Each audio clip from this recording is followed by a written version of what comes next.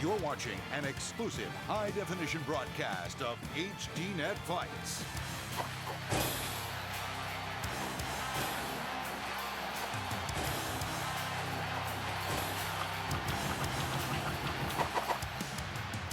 HDNet Fights presents Dream 2.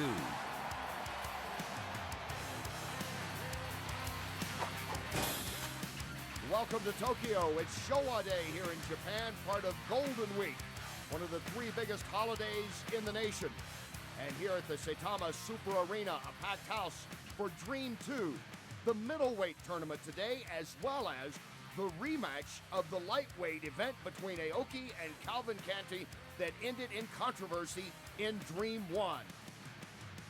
Kenny Rice, Frank Trigg, glad that you could be with us here on HDNet. Frank, we're going to see the middleweights today for the most part, and of course that rematch that much anticipated after the no contest.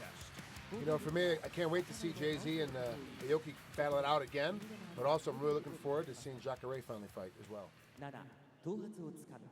And as you see, a crowd of over 20,000 here on this Showa Day and anticipating Dream 2. You can hear a pin drop in this arena at this moment, can't you, as they anticipate the fighters that are going to be introduced soon. That's the one thing you'll always notice. The Japanese crowds are very quiet, but they understand the entire game as well, so they'll even cheer when there's a position change on the ground. And now we get ready for the introductions of the fighters that we will see here tonight.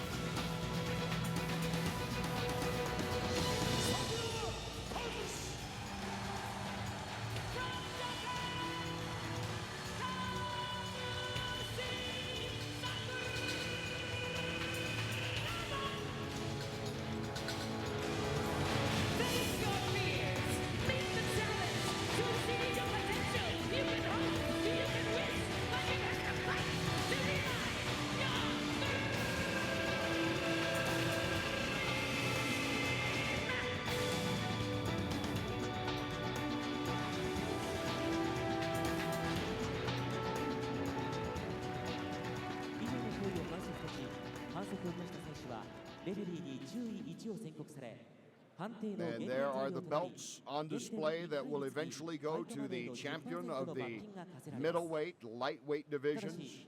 We will see both in action, and here are the rules, Frank. 10-minute first round, 5-minute second round, no kicks to the head of a downed opponent, no elbows to the head, but of course you can elbow the body. Same rules we saw in a lightweight tournament. Nothing has really changed, but remember this is different than what we're used to seeing with the Japanese rules. We're not allowed any more foot stomps, head kicking, soccer kicks, downward stomping to the head of a downed opponent. You can only kick the body. So it's a little bit of a rule change, a little bit safer for the competitors, and it makes it for a little bit more exciting fight. You knock a guy down, you can't necessarily kick him in the face to finish the fight. You have to pass his guard and try to get in there and finish him with a submission. And of course, that no elbows to the head, some controversy already with that rule. We saw it in Dream 1 involving the lightweights, and now they meet again. Aoki and Jay-Z, this is the rematch after the no contest because Aoki could not continue in the first round.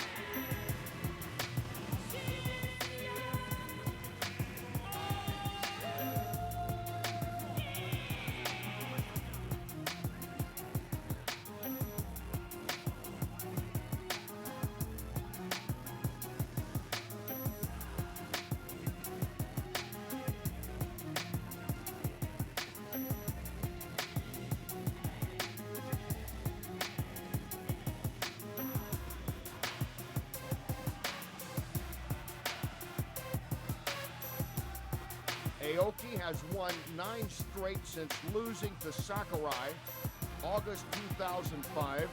And of course, there is that no contest with Jay-Z in Dream 1. Of his 14 wins, 8 have come by way of submission, and he has been incredibly motivated, almost remorseful at times, Frank, in the fact that he could not continue through the first round of that Dream 1 fight. He's gone through meditation and has been working almost as much with the mind as body to come back for this fight.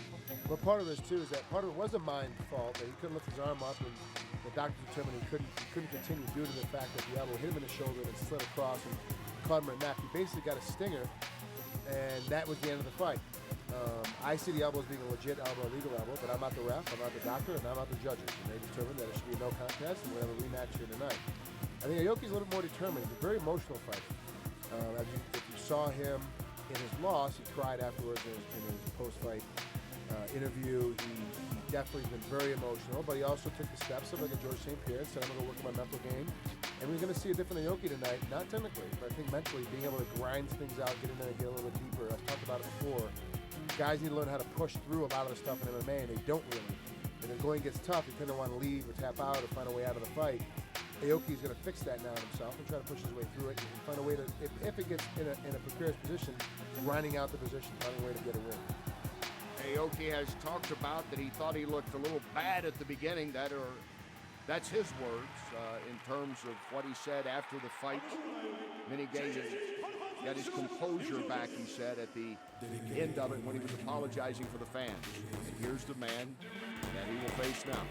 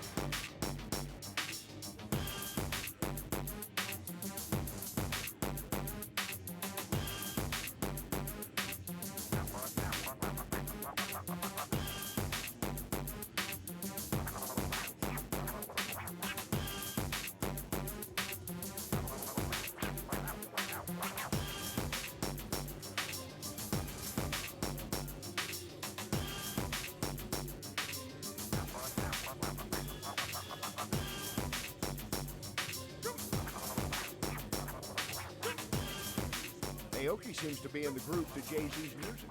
Well, that's one of the things, too, about trying to stay loose. It is a long time for, at home, you're sitting on your couch, you got a beer in your hand, sitting in your underwear. You know, you think, it's not that long for Jay-Z to be walking down. Aoki, remember, he's been preparing for this match for a long time. Before they decided to have a rematch, he's been training for this fight forever, for 5 to 6 months, because of the first no contest. So now you have a situation where Aoki can be a little bit tighter. That's 5 minutes, seems like 20 minutes. And a good way to do it is to stay loose. And of course, Aoki loves Jay-Z's entrance music. He knows about the fight's about ready to start. So at this point, Jay-Z can take as much time as he wants to get down. Aoki's going to stay loose. And now I hope that if the positions were reversed, Jay-Z would do the same thing if Aoki was coming in.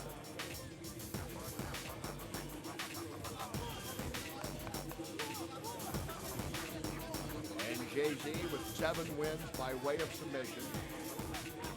Joachim Hansen, the only man to defeat him since that draw to Ryan Schultz back in July 2005. He has won 8 in a row. And of course, again, that no contest with Aoki. This is a rematch, I guess you can call it here. It is part of the lightweight tournament still. The winner of this advancing on to the second round, where they will fight Katsuhiko Nagata. You wonder about the mindset of Aoki. We've talked about him, Frank, in getting ready for this and how he's had meditation, he's trying to clear his head and get everything around why he did not go on with the fight. You wonder about Jay-Z, who hasn't had a whole lot to say other than he's ready, let's get this thing over again, because he feels that he won that first fight, that it should have been his fight, as many people do, part of the controversy. You wonder what he's thinking right now. You know, it's tough. I can't say what he's thinking. I'll say what I would be thinking. Hey, I beat him up the first time. I should have beaten him the second time. But also, too, fighting a guy the second time was the fight in 45 seconds or 4 hours. It's always tough to fight a guy the second time. He knows the rhythm a little bit better. He knows your pattern. He stepped in front of the monster of Jay-Z. Aoki has. He's like, he's just a normal guy like me. Let's see if we can get this thing better. Now, I've had some rematches I've lost. I've had some rematches that I won. Both times. It just kind of depends. And as we look now at the tail of the tape, and you can see the height advantage belongs to Aoki. That will be evident when they square off, these two 24-year-olds. And of course, again with Jay-Z, also a little bit probably in his head, because there was some controversy when he did not fight on New Year's Eve. Was he really injured? Yes, he said he was. He was there watching at ringside, as we were at that time. And this meant a lot to him to fight Aoki the first time around. You know, now if you notice, he'll have his left knee taped, which that was hurt during New Year's Eve. He had it taped the first time that they fought, Aoki and Jay-Z. He has it taped now. It's going to be interesting to see if it is hindering his mobility, if he's having it just for precautionary reason why he has it taped up. You never know. And there you see the tape. He looks good there as he leaps the ropes and comes into the ring. And we get ready now for the introduction of this rematch. 180cm、69.8kg、青木真也。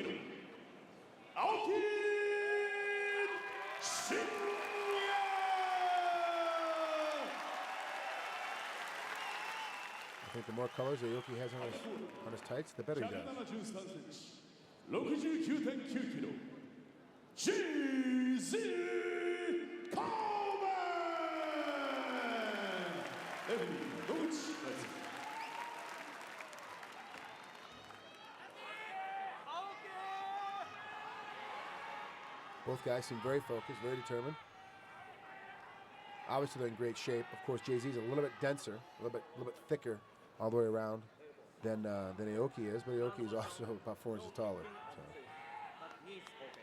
Different styles, too. You'd think the tall guy would fight more on the outside. Jay-Z actually fights more on the outside. Yeah. Even though he is getting up the reach advantage, because Aoki just wants to jump guard, to stay inside and stay tight. As we saw Aoki do that in their first fight. Very few times did he try, in what was obviously a short fight, try to stand and swing away. And here we go with round one of the rematch. And Jay-Z comes in early, and jumping in once again is Aoki. That looks familiar. Didn't waste any time. As soon as he hit the ropes, felt himself going down, immediately jumps guard. But bad position. He's using a lot of energy to hold. And Jay-Z doesn't have to use much energy to get him off, because gravity's going to work in his favor. You can just see how strong Shinja is right there. Aoki's he's so strong, even for his size. And again, looking at the body size, deceptively strong. If someone just walked in, turned this on for the first time, they're thinking the thinner guy is not going to be able to handle Jay-Z. You know, really, Aoki spends so much time working on his technique. He's strong because he's very technical as well.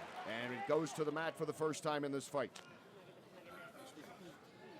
Not so much a takedown as just a spinning throw. You know, Aoki had both his feet off the ground, didn't take much to put him on the ground.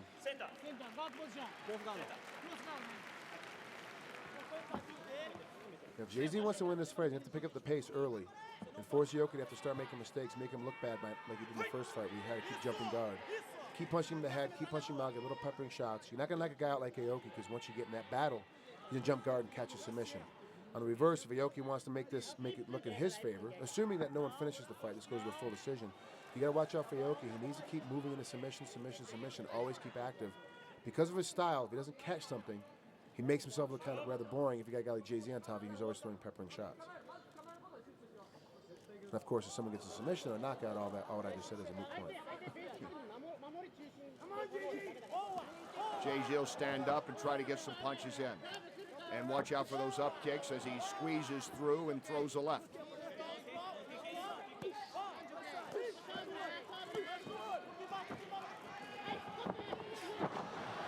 Aoki holding tough. Jay-Z not going down. See, Aoki has his left leg up in Jay-Z's armpit. That keeps Jay-Z from falling back himself into a heel hook because he's got his feet so wrapped up tight. Jay-Z can actually finish him with an ankle lock or a heel hook in this position. That's a great counter to stop from getting caught in your own technique. He's rolling a little bit more now. He's trying to he's working on that knee, the take knee, smart position. He's got an Achilles lock right now. And Jay-Z comes down harder and harder with his right foot and gets free of that. Aoki in trouble here in the early going of this fight. Jay-Z continues to hammer away at the side. His face is completely open. No way to defend himself because both legs are wrapped around that leg. Aoki taking at least 10 unanswered blows during that exchange. I'm very impressed with his chin power. He got back up to his feet and doesn't look too worse for the wear. Jay-Z, if he's smart and his corner smart, yelling at him, get separation, get out of the corner, get separation, keep working the head of Aoki. No matter how tough you are, your head still run a little bit from all those punches. Appreciation by the crowd here at the resiliency of Aoki. 3 or 4 out of that flurry landed with some authority. Complete undefended, flushed, no hands up, no head movement, just getting rained upon in the head. Jay-Z getting warned for putting his hand in the ropes.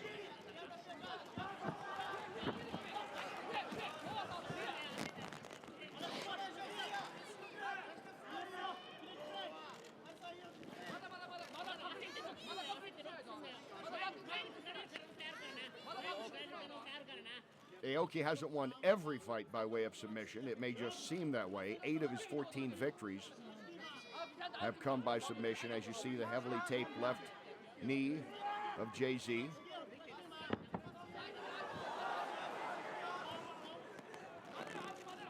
Once again, it is Aoki. Like a piggyback position here. Oh, great rear naked choke spot, but not anywhere close to being in. But it's a good position, actually. When Jason Miller and I fought in Icon a year and a half ago, that's exactly the same thing Jason did to me. He was in this position for a good 2.5 minutes, and it makes you exhausted trying to carry a guy on your back like this.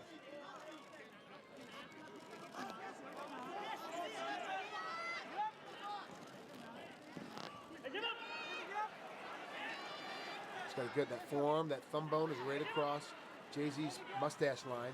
He has his head turned. He's a good position for a neck crank as well.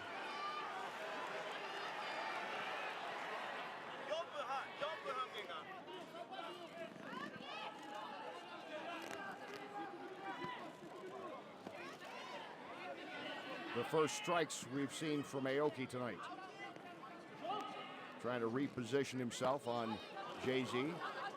Aoki's probably one of the best guys at using his little peppering shots to force you to move and give him a submission. He does a great job of working that angle. He's not going to knock you out with those positions, but he makes you have to respect it enough to give an arm or give a neck. And once again, he'll try to get in for the rear naked choke. Once again, cranking on the head there. You see Jay-Z fighting it off. JZ needs to get one of those hands frees on Aoki and put 2-on-1 and get the arm to the other side of his head. Like right now, get that arm to the other side of his head. It's gonna stop the rear naked choke and keep him from resetting. Once that arm is on the back side, he can't choke you any longer, and all he's doing now is hanging on. Aoki's still close. He still has his body in a great position to finish this fight.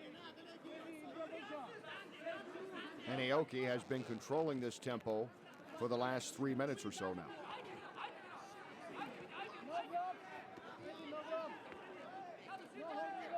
And continues to annoy JZ with those little punches, an elbow to the side, followed by a punch to the face.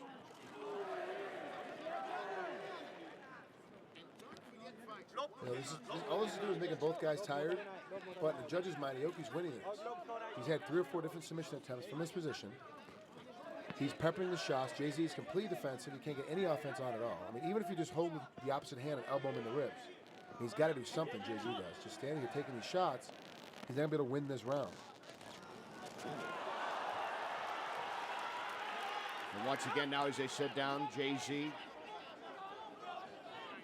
continues to keep that chin close to his neck.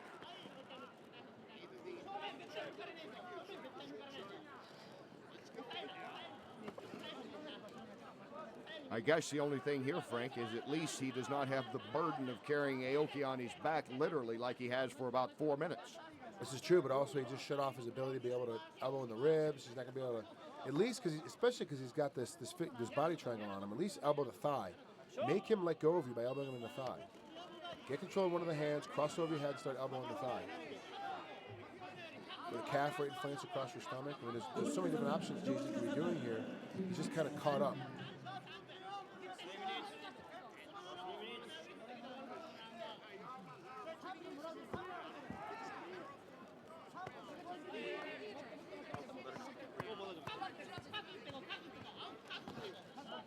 Every single one of those little peppering shots is scoring points in the judge's decision.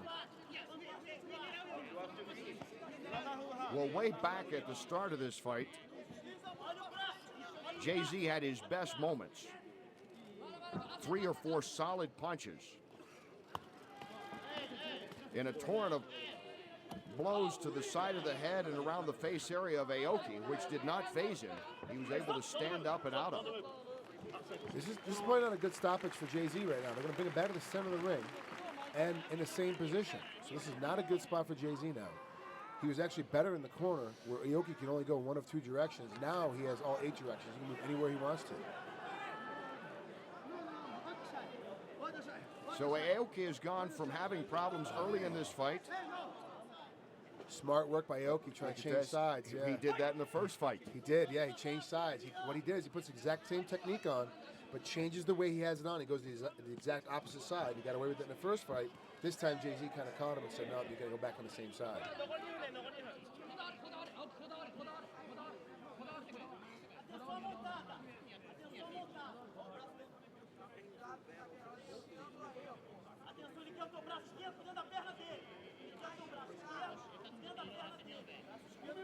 Aoki sneaking up his guard, trying to get a little bit higher, looking for a different submission position.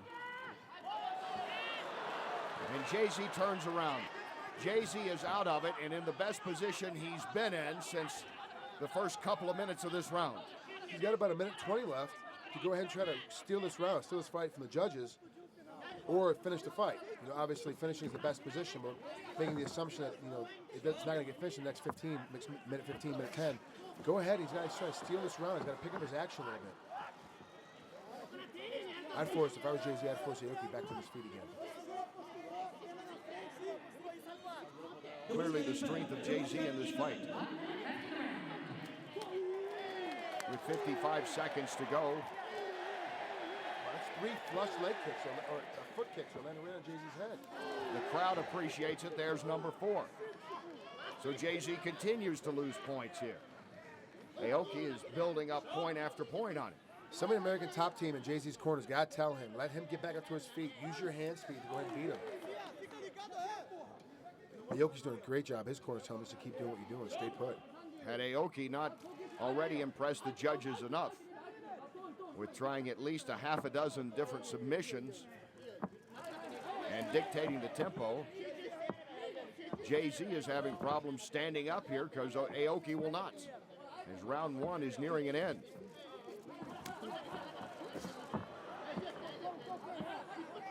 A strong round here for Aoki in this rematch to see who will advance in the lightweight tournament.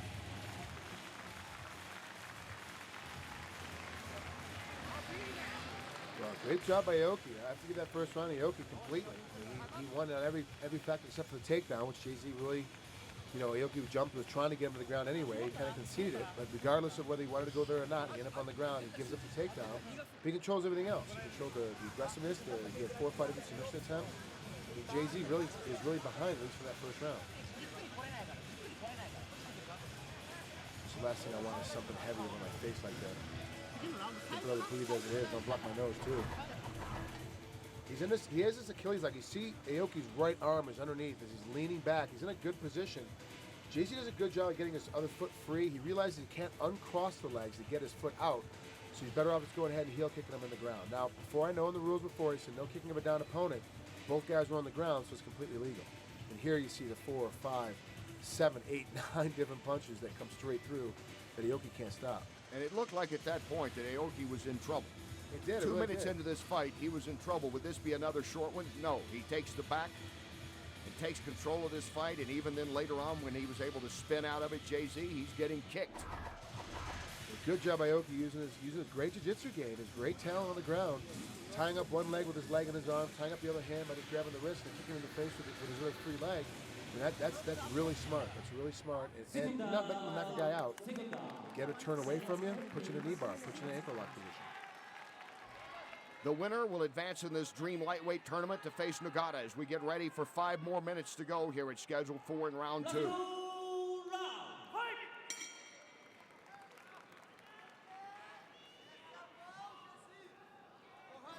And will Jay-Z take advantage here in the standing as he goes for a kick inside? Well, if Jay-Z's smart, he's not going to try and stay too close to Aoki, because if he because every time he gets too close on him, it's basically he's right on top of him. Aoki immediately just jumps guard and stuffs everything that Jay-Z can do. Jay-Z's best game at this point is long punching, staying a little bit further away.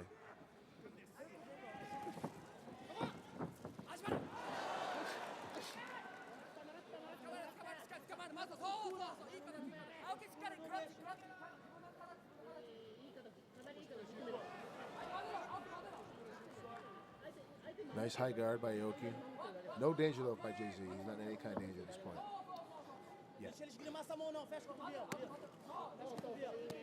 Figure the only thing he's thinking now with 4 minutes to go in this fight is doing enough to impress the judges should this go the distance.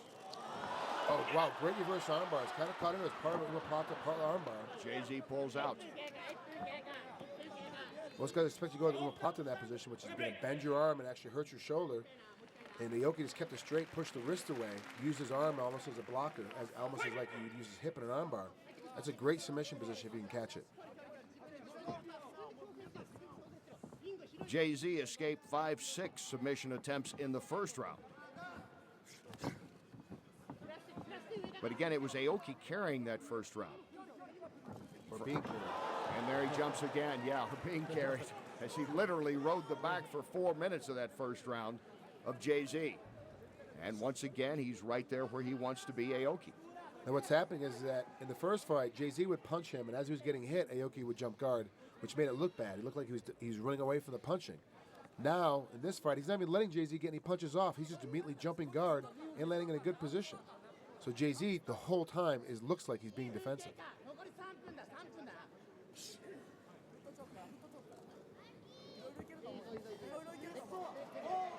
And once again, Jay-Z trying to get his arm out of there. He escaped one in this round.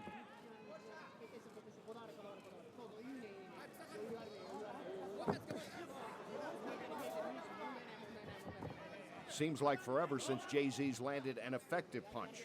Since basically the first 2 minutes of the first round. I mean, it's been 8 minutes now, 9 minutes now. It's a long time in a fight, especially a 15-minute fight. It's over half the fight since you've hit anybody with anything effective. A couple peppering body blows, but they're all off balance. His hips are away from him. He's almost diving in. The ref does a good job of standing him back up again. 2 minutes to go in this fight.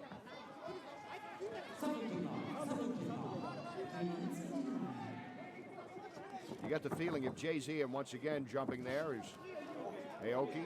Jay-Z staying up. He has to feel right now, I've got about a minute 45 to do something to make some kind of impact here, because this is Aoki's fight, it would appear. Correct. You know, and at this point, you know, now you're hoping that a little desperation setting in. You got to go ahead and steal his fight. You're going to try to take it away. This is the rematch of the controversial no contest. Aoki could not continue on in the first round. That was in Dream 1. Here we are, Dream 2. This is part of the lightweight tournament to see who advances. And Jay-Z comes in with his best punch in a long time. But it was only one. Yeah, finally hit somebody. Threw 3 punches, only 1 connects. He gets stifled again. In this high guard position, it makes it look like the Jay-Z's being defensive. See, his legs are up, his butt's up in the air, his head's down. It makes the judges think you're being defensive, as opposed to Aoki being defensive, because that's really what this position is. There's not much Aoki can do in here. Wow, Jay-Z's strength to pick him up. And Aoki, he's tried twice in this round, has not been able to submit Jay-Z. Final minute of round 2. Is he going to end the fight now? He's got a full catch. As you saw the ref put his 2 fingers up, that means a full catch, which is a scoring point for the judges. It means the submission is in and almost ready for a tap. Not necessarily Jay-Z will tap, it's just that he's caught. And Aoki is holding on and straining, and Jay-Z, how is he going to get through this? Good job. Just that way, somersaults his way out of it. Great job by Jay-Z. He's really caught that as a really tough position. Most guys wouldn't know how to get out of that at all, because it switched spots and angles 4 or 5 different times. Jay-Z finally found a way out of it. Nice roll for Jay-Z. He's trying to get something going here in the final 15 seconds.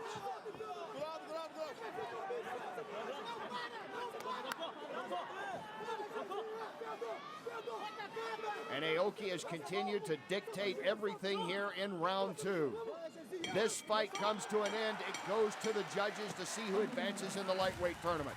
And Aoki clearly thinks he does.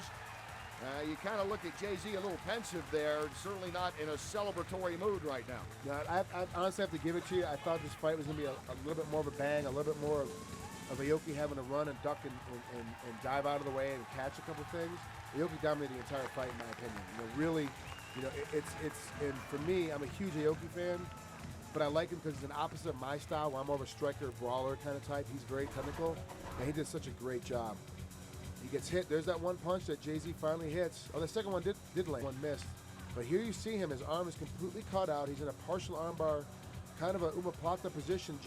Aoki's pushing it up, and just as he pushes it up, Jay-Z rolls out of it and gets himself in a spot to get out of there. You know, really, I'm really impressed with Aoki. You know, it comes through, but this also raised another question for me. Judge's decision now. Judge Adachi, Aoki. Judge Miyake, Aoki. Judge Ito, Aoki. Yute Shosha. You know, I think Jay-Z was gonna win that first fight. I think Jay-Z won the first fight. You know, yes, it was accidental, and it did slide up to him in the neck, and Aoki couldn't continue. But that's not, you know, Jay-Z's fault. That's Aoki's fault. I'm not saying it's his fault, but it's on his spot. You know, the fight should have been done. Jay-Z should have won. We have a rematch, and Aoki wins a decision. So not even football. Where instead of Jay-Z being in the tournament, now you got Aoki in the tournament. So it's very interesting to see that, you know, how this whole thing pans out and what the message boards are going to say, what they'll be saying over on MMA Junkie here later on today. You know, what's going to be, you know, what does that imply? Really, I think that both guys deserve to be in through the first round, you know, through the first round and the second round of the middleweight tournament. But Aoki's in it, guy's in the tournament, and he did a great job. He came back, revamped, redid, and as we saw around, he did 15 different submission positions, changed the position, changed his game plan, and still comes out and kills him. And what a difference for Aoki. The tears of disappointment, of frustration and embarrassment when we saw him in Dream 1. And now the tears of happiness after going through meditation, after trying to get his head around that first no contest. And he comes back here to advance in the lightweight tournament. Controversy or not, he is going on from Dream 2 to continue, while Jay-Z suffering only the second loss of his career. Aoki now's got to be the favorite for the lightweight tournament. He has to be the favorite. He's so dominant, he's so strong, and his technique, and even if you hit him, he still finds a way to get to a submission position. So Aoki goes on. Next up for him is Nakata in this lightweight tournament.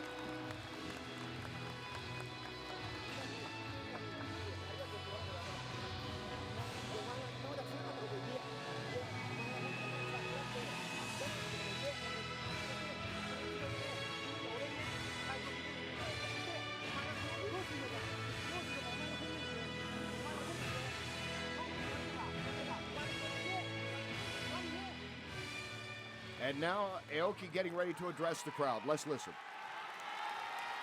3月あの結果で終わって正直苦しかったです。でも皆さんの温かい声でこうやって今リングの上で笑顔でいることができます。本当にありがとうございます。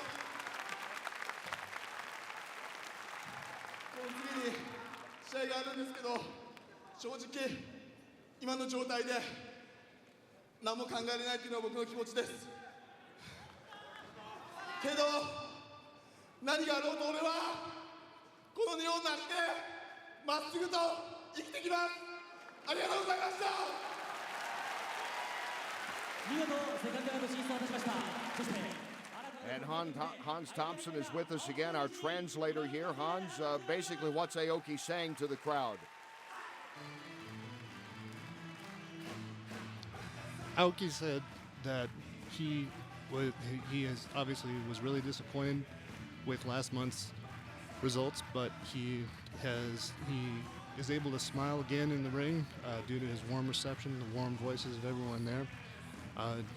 He thanked the crowd, and he says in this situation, my mind is sort of empty. I can't really think of anything, but I'm gonna continue on from here. All right, thanks, Hans. And he is certainly milking this moment now. Far different than the last time we saw Aoki here. As this wraps up now the first round of the lightweight tournament. At least we know who is advanced on in the lightweight. And after that controversial no contest, Aoki unanimous decision win here over Jay-Z. Now we get ready for the middleweight tournament, which will begin here tonight in Dream 2.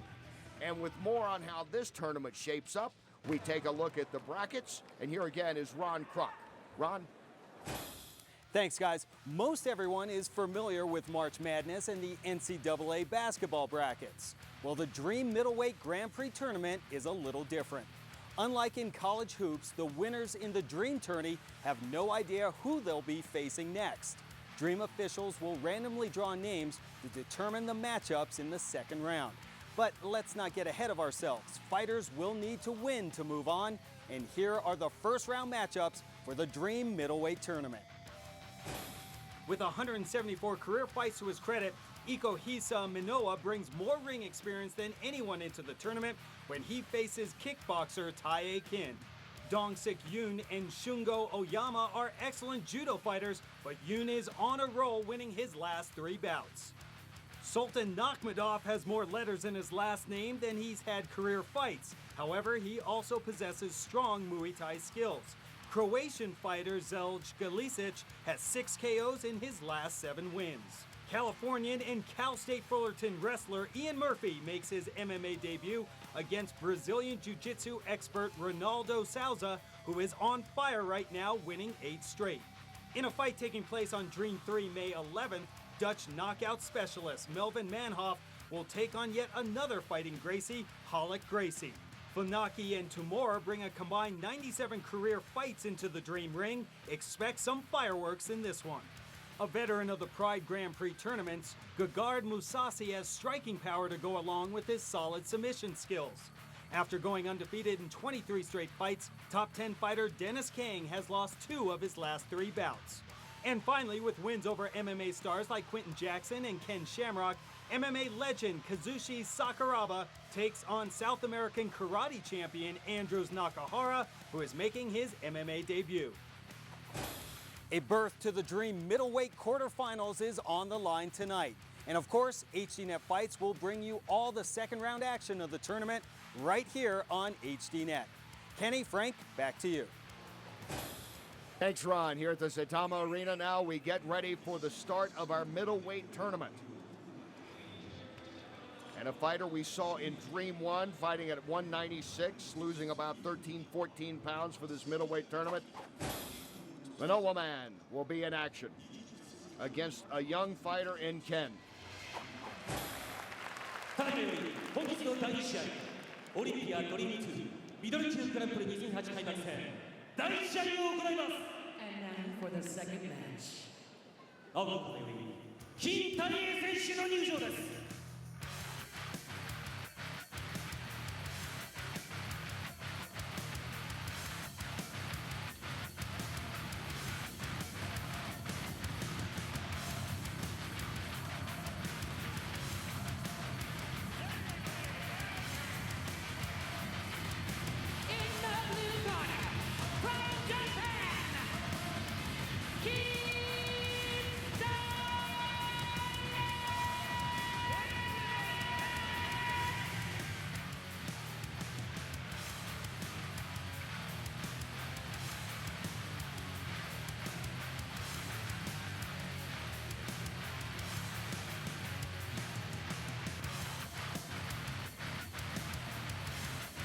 Tae Ken, a record of 2-2. He has a win by TKO and one by decision. Defeated Tamura, who we'll see, and has also lost to Galicic, who we will also see, along with Akiyama, those that have defeated him. And here he comes into tournament action here in the middleweights, and he's going to fight a very experienced fighter. One that we saw in Dream 1 fighting on what was basically the undercard, obviously not part of the lightweight tournament, and almost a cruiserweight of around 196 pounds. Manoa Man, as he's now known, or going by his wrestling name, fought out the last time. Let's not forget, though, too, that the kid's got a pretty extensive record in K1. He's 21, 5-1. You know, as a lighter guy, obviously K1's known for the bigger, heavier guys. His 2-2 record in MMA doesn't really truly say how much pro stuff he's actually been in, but he also has absolutely no ground game whatsoever. And Minowa has a great knee bar heel hook series that goes through the ground. I'll be interested to see if Minowa Man can actually get to it as quickly as he can, as he has in other opponents.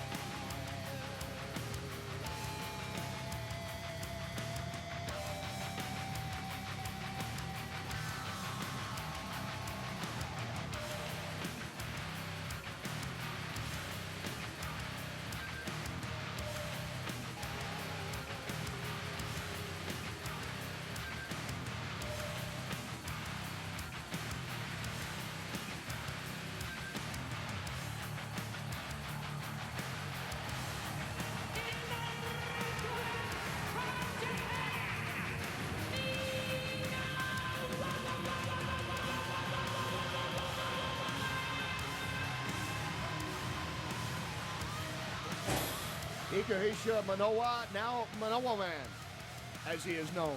Going all that pro wrestling stuff as we look at the tail of the tape. Actually, probably one of the better shapes I've seen him in. Usually he comes in a little soft. He's playing 196, 200 pounds.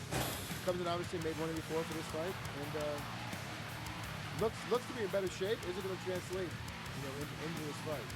Obviously, his stand-up is not as good as Kin's is, but his ground game is much better. I wonder who's going to get their style pushed forth sooner. Kim Tae-ye!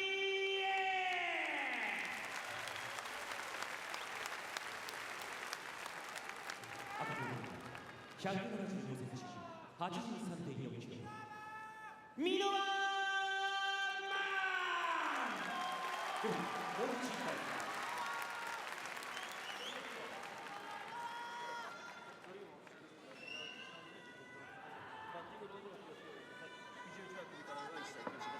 グラウンドポジション、首から上への足による攻撃に接近せず、膝での攻撃がどのポジションでも有効です。握手。ほら。 A contrast of styles for sure. Ken with that K1 background. Again, this is only his 5th MMA pro fight. He definitely wants to stand it up. Manoa, there's no doubt about it. 23 of his 38 wins have come by way of submission, and he shoots in first and now blocks that kick. Definitely wants to get to the ground as quickly as he can. Wow, I'm surprised that Ken has such a high kick so early in the fight. Usually he's able to warm him up. And his takedown defense has gotten a lot better. Working underhooks, working the sprawl. He pops up quickly, as he will have to, it would appear, in this fight. If it stays on the ground, he would be in a bad position. Manoa kind of got Ken to stumble a little bit there, but couldn't take advantage of it. And, Manoa's takedowns are not the best, but they're definitely better than Ken's are. So I wonder how long that defense, Ken's defense to the takedown, can work.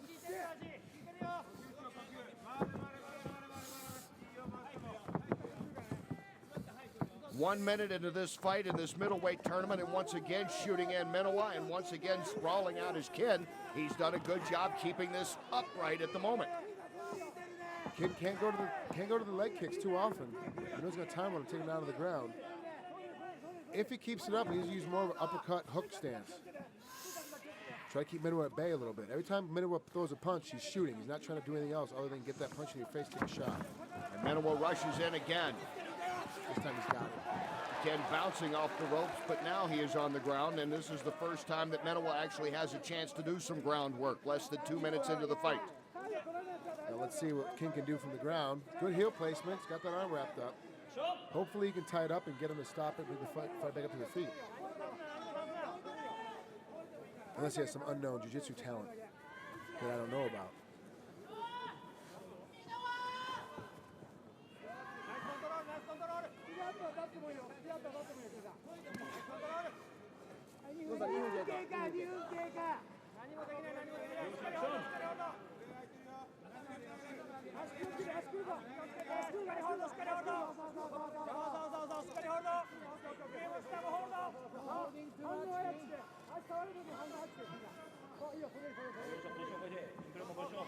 Tae Ken so far here, Frank? Tae on the bottom, he's not real active. He's more of a staller, more of a holder. Minowa was trying to be a little bit more active, but because the way he took him down, he got his arms immediately tied up. He's got to clear that right hand and sit up and try to start punching away. Because really, there's not much action going to be happening in this position. The ref's going to have to stand him up here another 30, 45 seconds. Manoa trying to get that, and does have his left hand free for the moment. Now try to move in on the side. See, all that energy Manoa just spent, he ends up right back in the exact same position. But a little bit different. Still closed guard, he's got a buffalo guard on him, but he really just did all that energy and ends up in the same spot. Stand up, center. Yep. Essentially, Ken was doing a rope-a-dope on the ground.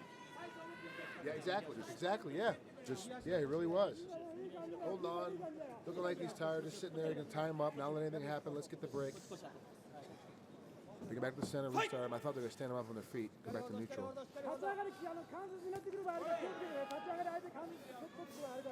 Instead, they go back to guard position, but really not much else has changed. Oh, he's sneaking in. Minowa sneaking in for the Achilles lock. Every time Minowa crowds in and starts to overwrap one of the legs around the calf, he's looking for that Achilles lock to sit back. Kind of what we saw Aoki get on Jay-Z in the first match.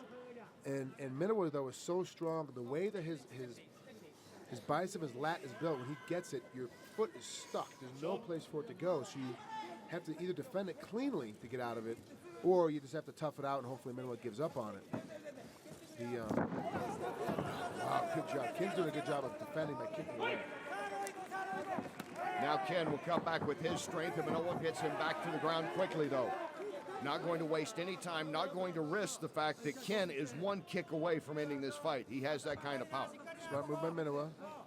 Right now, it looks like he's trying to eke out a decision as opposed to looking for that good finish. He tried the 2 attempts for the Achilles lock or the heel hook and missed both because Ken has still got enough energy to kick away. Nice punch, though. Good peppering shots. Minowa tends to be a little bit less active once he takes a guy down. He gets spent so much energy, so much time trying to get you down. He doesn't do anything once he gets you there. Minowa basically now has spent more energy actually coming to the ring for the introduction and vaulting over the ropes. And Ken once again trying to get free here and trying to stand up, and he does. So Ken, with that good K1 background, only his 5th pro MMA fight, has learned a few things. He's definitely spends a lot more time on his ground than people give him credit for. Although still not proficient. Oh, wow, look at the back of Minowa's leg. That shows the power of the kicking that Ken has, and once again, almost the exact same spot. Remember, Ken's got a great karate and boxing background. He's spent a lot of time in K1 competing, and then he also knows how to kick very well. More like a karate practitioner. He's going to catch you behind that knee. In that right, as you can see the red spots are, right above the knee, right behind the hamstring. And as the fight goes on later, Minowa's going to have a hard time using that leg.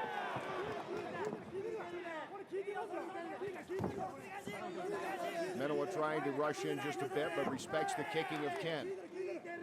Knows he has to time this rush. Ken with a knee. Wow. I was just about to say, Ken's not doing much else but other kicking violently, and he's not setting up with anything.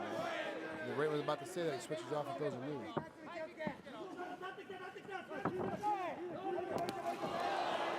Minowa, good job throwing that right hand in there to stuff him off. Minowa with his first punch that really matters. So he follows up with that combination, especially the good right, and he gets the takedown again. You can see already how Minowa's leg is starting to welt up. You can see the footprint literally in the back of his leg.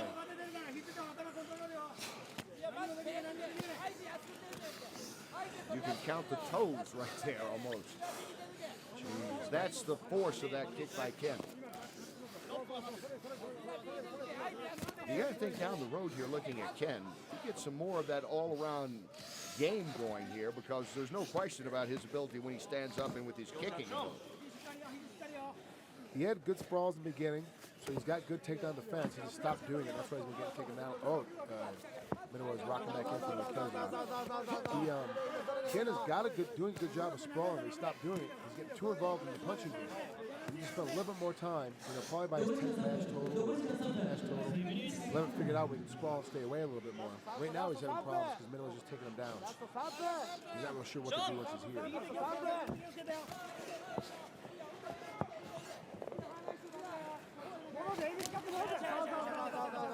Ken pulls free with his right arm.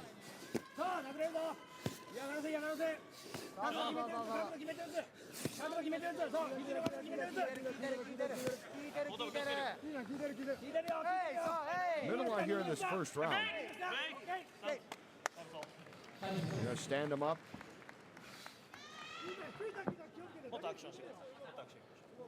Yellow card. The yellow card. In Japan, it means 10% of the fighter's purse is taken away. And giving it to him for stalling, it's a caution for stalling, for no action. You want him to have more action, what he's doing is he's getting taken down, he's just holding on. Do you agree with that call just then? Not there, I don't. But I mean, Ken is doing basically, we know his ground game has a lot to be desired. He's still young in this MMA. I don't agree with the yellow card as a whole because it takes away 10% of your purse. Oh, nice sprawl. Look at that. He sprawls out, and maybe that made him angry. Yeah, Minowa comes back. You know, obviously that's the point of it. Now they know they're taking 10% away from him. And look at this. He has tattooed the left leg of Minowa. He has so much power, so much strength in those kicks. I wonder how much more Minowa can take. And you wonder about the stalling they called against Ken from the simple fact that Minowa was not able, the ground specialist, to do anything with that to make it more aggressive on the ground. And he really wasn't working when he was in. Minowa was basically just holding on, sitting up every now and again for an Achilles lock, but he really wasn't doing anything. I mean, the action in this first round is carried by the younger fighter here, Ken, with a knee. Sends him back. Hits him only in the chest, but sends him back. Minowa's starting to get a little frustrated here. And once Susie gives up on the sprawl, Minowa did a good job of taking him down. Minowa does actually a double shot. Minowa shot. Ken sprawled a little bit, and Minowa shot again, staying in the same position. And because Ken wasn't expecting it, took him down. It's the inexperience of Ken in only 5 MMA matches. I wonder, though, is Minowa going to start having problems with his left leg? As you saw, Ron, it's already swollen.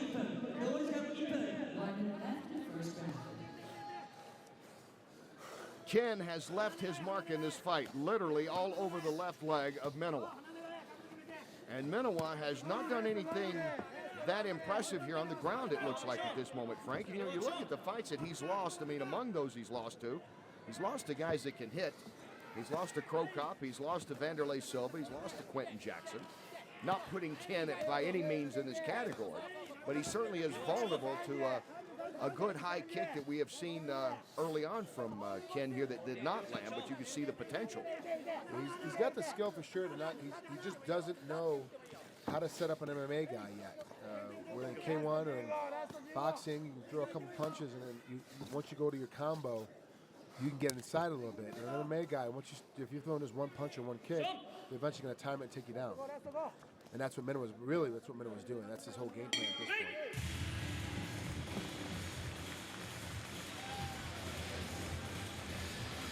Even though it was Tae Ken who supplied the excitement with those leg kicks, especially working on the left side there of Minowa. Keep in mind, though, a yellow card to Ken for stalling in that first round, one that might be a little controversial if they could look at it again from our angle, Frank. Well, if you look at the first round, you're going to have to say that it was very evenly met. The takedowns obviously go to Minowa, but the striking goes to Ken, but then you put the yellow card in there, all of a sudden that round goes to Minowa. So now all of a sudden you have a tide factor changing with that yellow card. And I really don't think it was really called for at that point. But, you know, the judge, the referee sitting there sees it a little bit better than we do. So with a nice knee without a punch. You know, Ken's got some quick hands and quick feet. He knows how to, after he punches, he knows how to come right back in with a kick. And look at Minowa, he wasn't reaching out to grab his leg, he's trying to block it, which isn't smart. If Ken's corner can see these replays like we can, they'll know that every time he gets kicked in the leg, he drops his hand. I would fake a leg kick and then come up nice and high to his head. You see him lead into the ribs. You really have to give this fight is really close. Really close. Except for that yellow card, which now you have to give that round a minute. Also remember, ladies and gentlemen at home, if you're sitting at home and enjoying your energy drinks, the fight is judged as a whole. It's not judged round for round like you see in the other organizations. These fights are judged as a whole. So it's still possible, not that it was a 10-8 round, right? But it is possible to come back from that and still win. You can see a guy get completely dominated the first round and still win, you know, coming back because he dominates the entire last 5 minutes. This is the start of the Dream Middleweight Tournament. And once again, Minowa rushes in and pushes Ken across the ring, but Ken is able to sprawl out. Minowa just being relentless with his double leg, just chasing it. You'll pick him up here if you're smart. Slight lift, but he gets him on his back. Good position with Minowa. Obviously, he's got some collegiate wrestling background. He's improving upon it, even though he does do a lot of pro wrestling in Japan. He is improving upon his collegiate style, and that's really what that takedown was. Is, you know, instead of fighting the angle, fighting the corner, fighting the ropes, fighting the corner, trying to push the guy into the corner, just, okay, well, I can't go any further backwards. let me spin and redirect him. And as soon as he spun him, Kin fell down. You see, Minowa's not using his arms. He's not trying to sit up. His head is free to post up and use his other hand to push away and try to dig out. He's really not doing that. This is what I call the lay and pray style of the ground and pound. You know, I have 3 styles: the lay and pray, the ground and pound. Or excuse me, the lay and pray, the maul and brawl. And he's just not doing his normal style of maul and brawl. You know, he's just not doing it. タイムです。ただいま、井川選手にイエローカードを注意が設定されました。後発を意味するということです。 So they resume. Hans, what was going on there? He said that they gave a warning to both fighters for inactivity there, as opposed to giving a yellow card to Minowa. So now my question is, they're going to pull the yellow card out. Does that mean there's no yellow card given? Or does that mean that both guys got a yellow card, but he didn't show it, so now Kin's lost 20% of his purse, and Minowa's lost 10%, or is Kin only at 10%? He said it was just a warning. Okay, so he didn't pull the yellow card out. Interesting that both would be warned now, but Kin was given a yellow card without any warning in that first round. But at least they have picked up the action here since that time. More strikes thrown over these last 45 seconds than throughout the entire fight by both fighters. And Kin is once again there on the defense. He's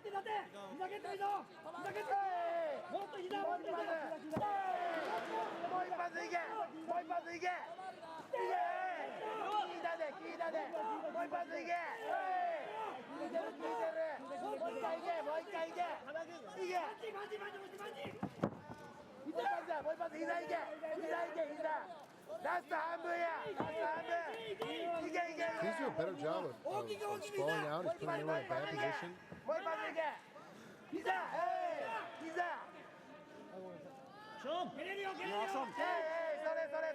I'm very impressed with only his 5 rounds, how well he's doing. Part of it is losing money. It'll make you want to work harder. The other part of it is he is being pretty tactical about his sprawling, and especially throw a couple more punches. Tae Ken under 2 minutes to go in this fight. Remember that yellow card back in the first round. Minowa coming in here as a favorite, certainly much more MMA experience and much better on the ground.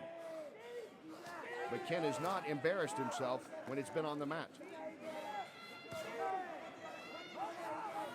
Action!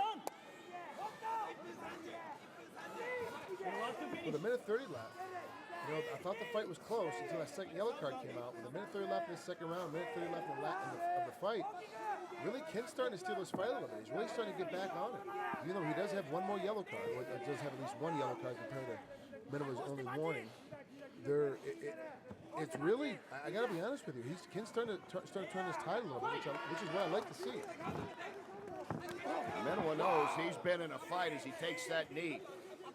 You didn't hear, there wasn't much sound on that knee at home. You guys heard it on TV, but I'm telling you, that knee landed flush on Minowa's nose. And another knee by Ken.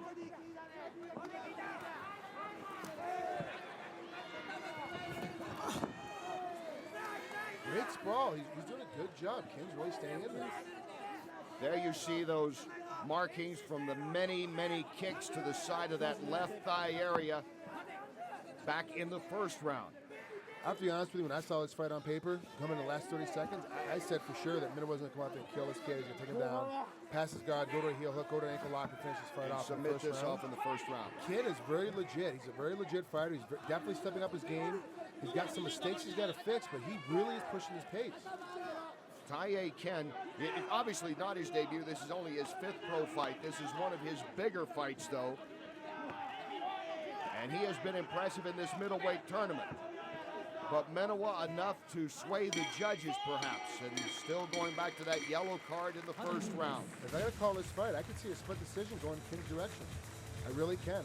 I'm very impressed. I did not think this fight was going to be as a game of fight as it was going to be on paper. It really shows again how good the matchmaking is. And some people, you know, just because I think a fight's going to be horrible and now why even bother watching it because it's really not going to pass through. This fight was really well done. You know, Minowa, one of his only punches that really landed, and every time he punched, he's going for a takedown. But Ken, Obviously, used to getting hit in the head, learn how to sprawl. In that position, he ends up getting taken down. But this time, Minowa comes to shoot. He finally figures it out. You get a guy that shoots on you a lot, use an uppercut or a knee to stop him from shooting. This knee just barely missing Minowa's head. If this had caught him flush in the forehead, it probably would have cut him open from that angle. You know, really, this is very questionable. It's a very close fight, in my opinion. I really do think that Ken did enough to win. But I can also see how they see Minowa winning, winning with all the takedowns, winning with the full-fledged yellow card in the beginning. I mean, I do see this can be a tough spot for the judges. Here's what they say. 判定の結果をお伝えします。ジャッジ磯野、金。ジャッジ小林、金。ジャッジ戸上、金。よって勝者、金。 Unanimous decision for Ken. I'm surprised. A surprising unanimous decision, only again going back to the yellow card in the first round for stalling.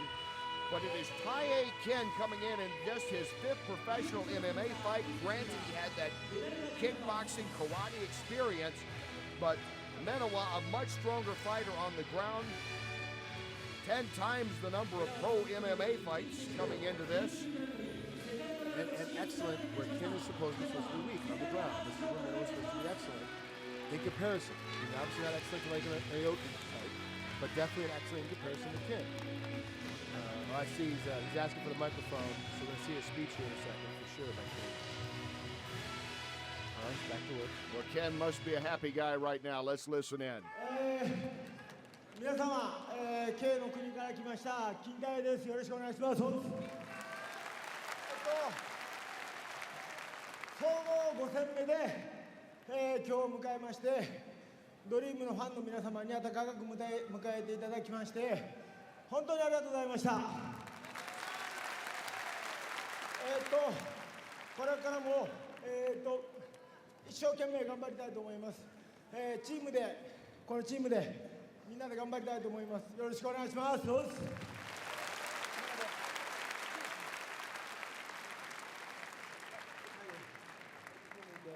はい、気をつけ。はい、さようなら。 Once again, we go to our translator, Hans Thompson. Hans? He said thank you to everyone. He mentioned that he came from K1. He thanked everyone again. And then he said from this point on, he hopes to continue to do his best and to continue training with the same team, and they'll all do their best together. Well, they certainly worked out well. More coming up on Dream 2.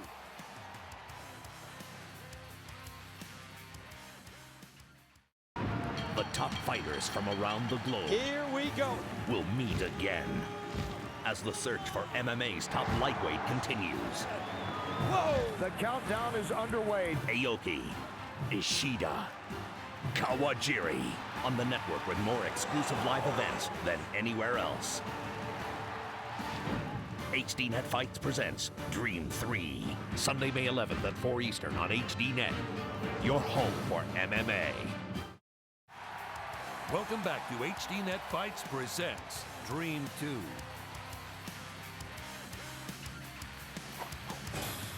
And along with New Year and the Summer Obon Festival, this is one of the 3 biggest weeks in Japan. This is Showa Day, part of Golden Week, and you're watching Dream 2. We're into the middleweight tournament. As we get ready now for Oyama and Yoon. 本日の第3試合オリンピアドリーム2ミドル級グランプリ2008開幕戦第2試合を行います。 And now for the third match. 青コーナーより大山俊吾選手の入場です。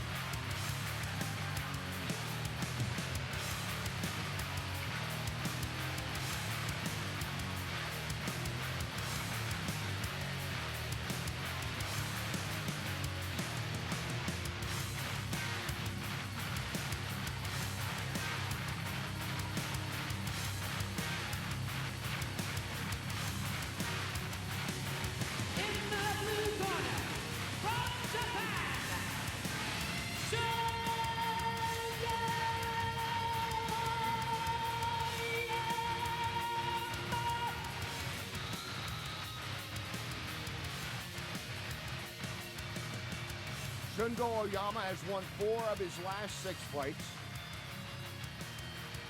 Has an impressive resume. Wins over Renzo Gracie, Carlos Newton, among others. His losses have come to Cro Cop, Vanderlei Silva, Dan Henderson, among others.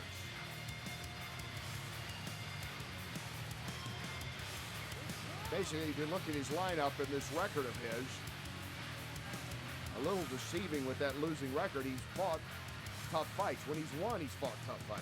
Yeah, everybody's fought is like almost a who's who of MMA. Is that he's making his way through the ranks and trying to test himself to see if he really had what it took to be a fighter, and he just couldn't get out of it. Every time he turned around, there was another Henderson or another Vanderlei Silva, another Cro Cop. And at some point, there was a while there I was wishing this guy would get a break, and they give him a tomato can, somebody he could just beat up just so he could be happy. This guy, but he seems to get a little bit better every time. He weathers the storm, and even his losses, he doesn't really take big damage. You fight a Cro Cop, you're losing your teeth in an eye socket. He didn't seem to have that happen to him against Cro Cop. He blocked, and he did get TKO'd, but it wasn't a devastating TKO you can figure on most guys. And he really is a lot better than his record is giving him credit for. And Oyama, 4 wins by way of submission, 2 decisions. He does have 1 knockout among his 7 victories. 赤コーナーよりユン・ドンシク選手の入場です。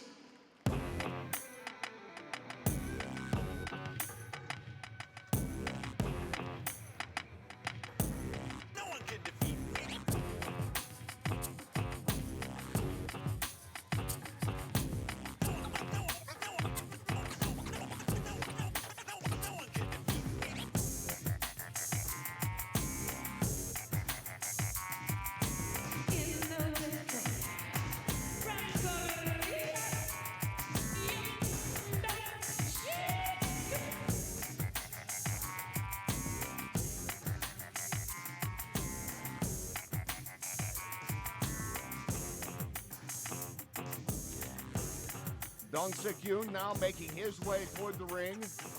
Again, another kind of deceptive record of 3-4, always wins by way of submission. He's on a 3-fight win streak. Look at everybody he's lost to. Sakuraba, Quentin Jackson, Bustamante among those. Yeah, those guys kind of suck. Really, you look at those guys like, I could beat them up anytime I wanted to. Rampage Jackson, he's not that tough a guy. Not really at all. He doesn't, just basically dominate everybody he touches. No, that's not it at all. And you gotta understand, when he fought Rampage, he took him as far as you could take anybody at that point. Took him to a distance. Basically, this will be one of the best fights you see among 2 guys with losing records. Yeah, they are definitely underrated. Everyone talks about in message boards. Who's the most underrated fighter? Who's the most underrated fighter? You look at these guys' records, you go, oh, they just both suck. These guys are really good, legit competitors that made crossover from other sports, judo and sambo, into MMA, and have losing records right now, but those losses were incredible losses. I mean, literally, Yoon almost beat Rampage Jackson in a decision. 青コーナー178センチ 83.9 キロ大山俊吾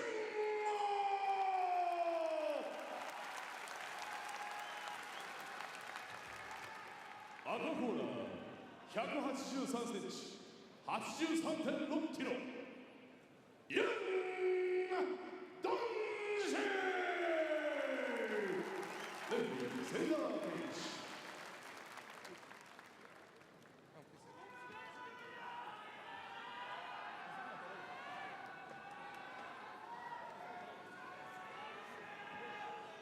Yoon has won 3 straight after losing his first 4 fights. Competition has been a little easier since those first 4 fights, of course. Well, they threw him right to the wolves. Talk about throwing him in the deep end. It's sink or swim. He treaded enough water to maintain an MMA career after Sakuraba, Jackson, and Bustamante. Hey, if you got nothing else to do, fight these guys. Yeah, exactly. I think when he fought Bustamante, it was that was another close decision. Sakuraba was a close decision. Now granted, he didn't catch Sakuraba on his best day. I think on Sakuraba's best day, he probably would have caught him with a submission in the middle of it. But Yoon brings in that new South Korean fighter that in America we really haven't heard that many of. Other than Dennis Kang, we really don't know that many Korean fighters. And Yoon is one of those guys that he's the beginning, and the rest of his team is coming in behind him. They're all just as good, if not better, than he is. Dennis Kang will be in action later. This is Yoon right now in the black trunks. All of his wins by way of submission. Oyama so far has proven to be the more versatile fighter. A mixture of decisions and submissions, although he would be comfortable on the ground as well.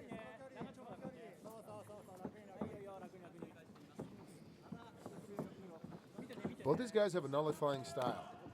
Both are judo practitioners. Both have a little bit of sambo background. Obviously, Oyama has a better sambo background, but Yoon is a 2001 Judo World Champion, bronze medalist in the World Championships. He obviously is better at judo, which, because both these guys are good throwers and submitters, it's going to be a little bit more tactical fight than what we've seen each one of these guys go against other opponents.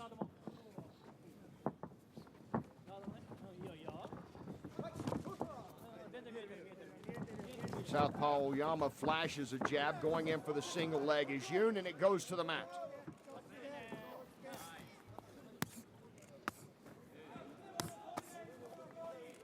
Not a bad single. Stepped at the right time, head a little low, back a little bent, but of course in judo does not make single leg takedowns. So he's obviously now working on his takedown game. Of course, Yoon is out of the Takada dojo in Team Yoon, meaning he still lives in South Korea, but he works out of Takada's dojo. And Takada, one of the greatest fighters in Japan, has a lot of college and Olympic wrestlers that come through his camp. They're obviously working with Yoon on his takedown game. Yoon trying to get the measure and drop in some punches here.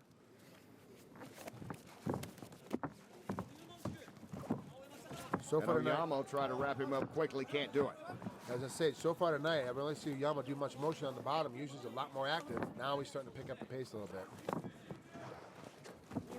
I almost get the feeling Oyama's trying to draw him in as he is here.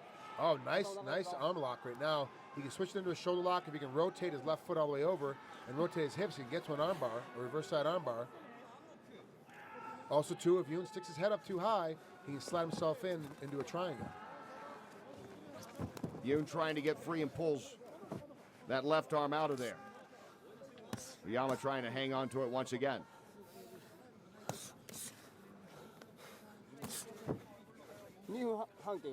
Now, although we got the announcement of the matchups late, the announcement of the matchups came in a little bit later. These guys are both in good shape. Yoon in better shape than I've seen him. Oyama, looks to be a little bit smaller. He used to carry a little chunk around the middle of his body. Seems to be in a little better shape. Yoon is a lot smaller than he used to be as well. Obviously when he fought Rampage, he was at 205, and Bustamante was up a little bit higher as well. He's finally getting his body weight under control, and he seems to have a lot more action because of it. He's usually more of a lay in prayer, not so much of a ground and pounder. Now he's actually sitting up and trying to ground and pound in this position. Much more active since dropping that weight. He's been on a good streak as well with that, as opposed to when he was trying to fight in the light heavies. Exactly. A lot of guys tend to do worse as they drop weight down. They don't do well because of the diet and the discipline. Yoon seems to be doing better because of it. And I haven't seen enough yet of Oyama on his feet to see and on top to see if his shape is improved with his weight loss. Oyama's very technical on the bottom, very technical.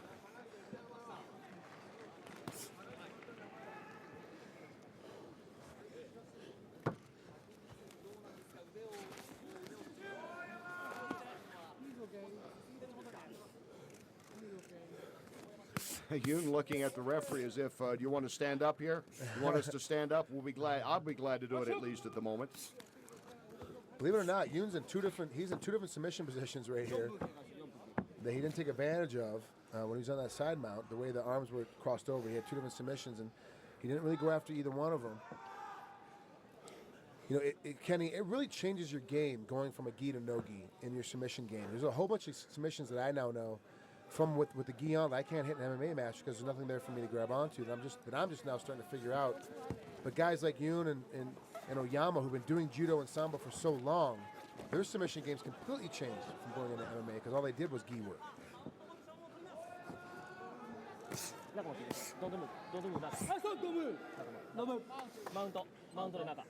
Through the ropes. Will they move them back toward the center or just reposition them there? They'll go back out toward the center of the ring. The ref said, "Don't stop, don't move."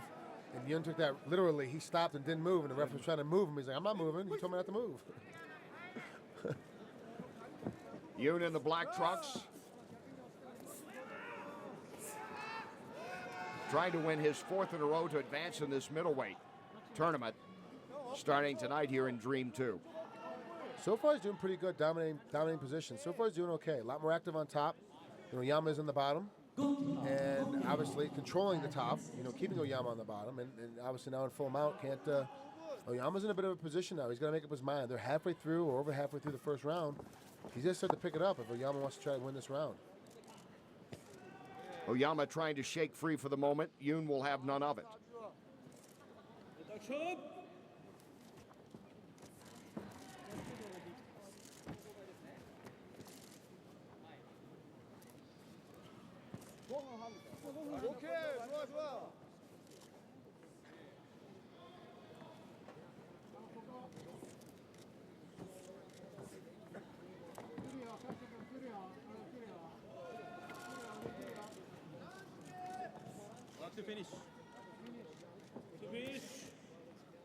Oyama worked hard to try to get a new position, but wasn't able to there. It's tough. You're trying to get these new spots, trying to get these new places, to try to get the advantage turn in your favor, and then all of a sudden you end up back in the exact same spot. Not only does it suck out a little bit of your energy, it sucks out part of your mental game as well. Talking about earlier with Aoki working on his mental game, and other fighters known to work on their mental game. That's a tough spot. And the mount is probably one of the most damaging places because it's like a big brother sitting on the top of you, drilling spit on your forehead. And at some point, it's going to drop out of his mouth. What are you going to do? You say that as if you speak from experience, big brother. Yeah. No. Actually, I was a little brother in that situation. And now, Oyama has reversed it. Yun stepped in there trying to go to a topside armbar, and he missed it.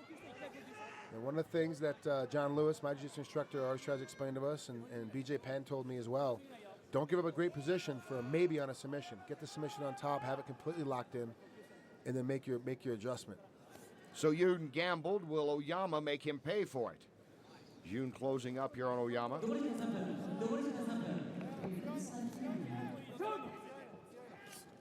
Oyama will try this approach. Got to watch for those kind of bicycle up kicks almost. Wait, what's Six doing? Excuse me. Yeah, what Yun's doing is he's dropping his heel down on the thigh. It's like getting a Charlie horse, who's going to slow him down later and keep him from stepping in too heavy. Good stoppage on the ref. Bring it back up.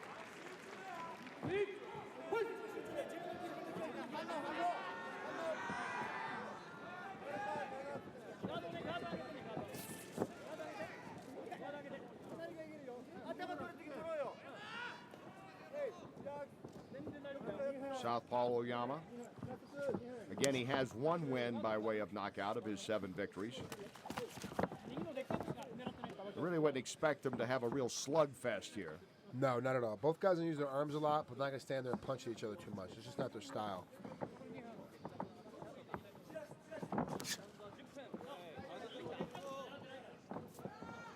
Good head movement on Oyama.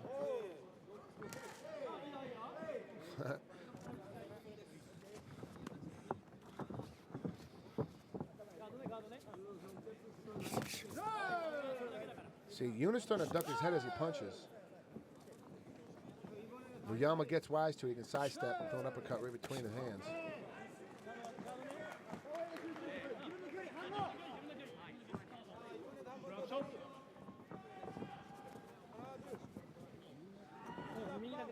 These guys probably haven't stood up this long, except in the gym when they're working on their boxing.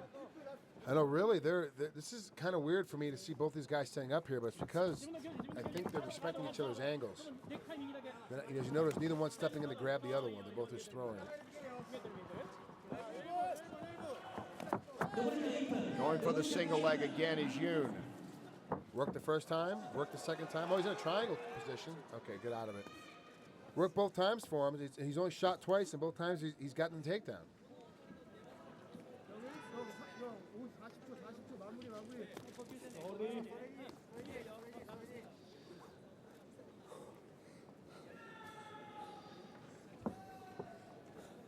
.30 seconds now to go in this first round. Is that a headbutt? It looked like the attempt of one. Looked like it was more of a chin hitting the side than. Look at Dong Sik Yoon. He's in a good, he's in a good Kimura position right now. It's just his hands are locked. You see Yoon's hands are locked around. It's very difficult to get. Oh, good sweep here. Sweeps out with 6 seconds to go. Lands 2 of his better punches in this first round as well. These 2 kicks on the way up. Wow. That second kick was it was flush. It was hard in the head. I'm surprised he didn't rattle him a little more. Yoon got the punches in. Oyama got the kicks in the final 7 seconds of the first round. Now, Kenny, both guys look like they're in better shape, but Oyama doesn't seem to have the cardiovascular system that Yoon does. Now, both guys are in better shape. They look to be in better shape. They're more physically fit, but obviously Yoon ran to get his weight off, where maybe Oyama didn't do as much cardio to get himself down to this weight. Because right now, Yoon seems to be in a little bit better position coming into the second round. As you look at Dong Sik Yoon, and we get ready now to take a look at some of the highlights there, Frank, in that first round. A back fist punch. It's kind of hard to punch over and around. But you also see, if you notice those punches, you see how Yoon's hands were open. You see his fingertips. There's almost like a slap, like he was almost back slapping him. You have to be really careful doing that because it's the easiest way to break your hand. Punching somebody with an open fist or not a tight fist. As you see, really Oyama rolling into this position where he had like 3 or 4 different arm attempts or different arm submissions in this spot. He just didn't rotate over far enough, and this is where Yoon loses his great position. He was actually rolling for an arm bar, went to go backside down, and gets swept in the process instead. Yoon's a lot more active, a lot more technical orientated when he moves, but right now obviously Yoon is dominating this fight. He's in control. He's been on top a lot more. He's gotten both the takedowns. But don't count out Oyama. He's still close enough where he can pull something off very quickly. You look at Yoon, there's Oyama. We get ready for the second 5 minutes.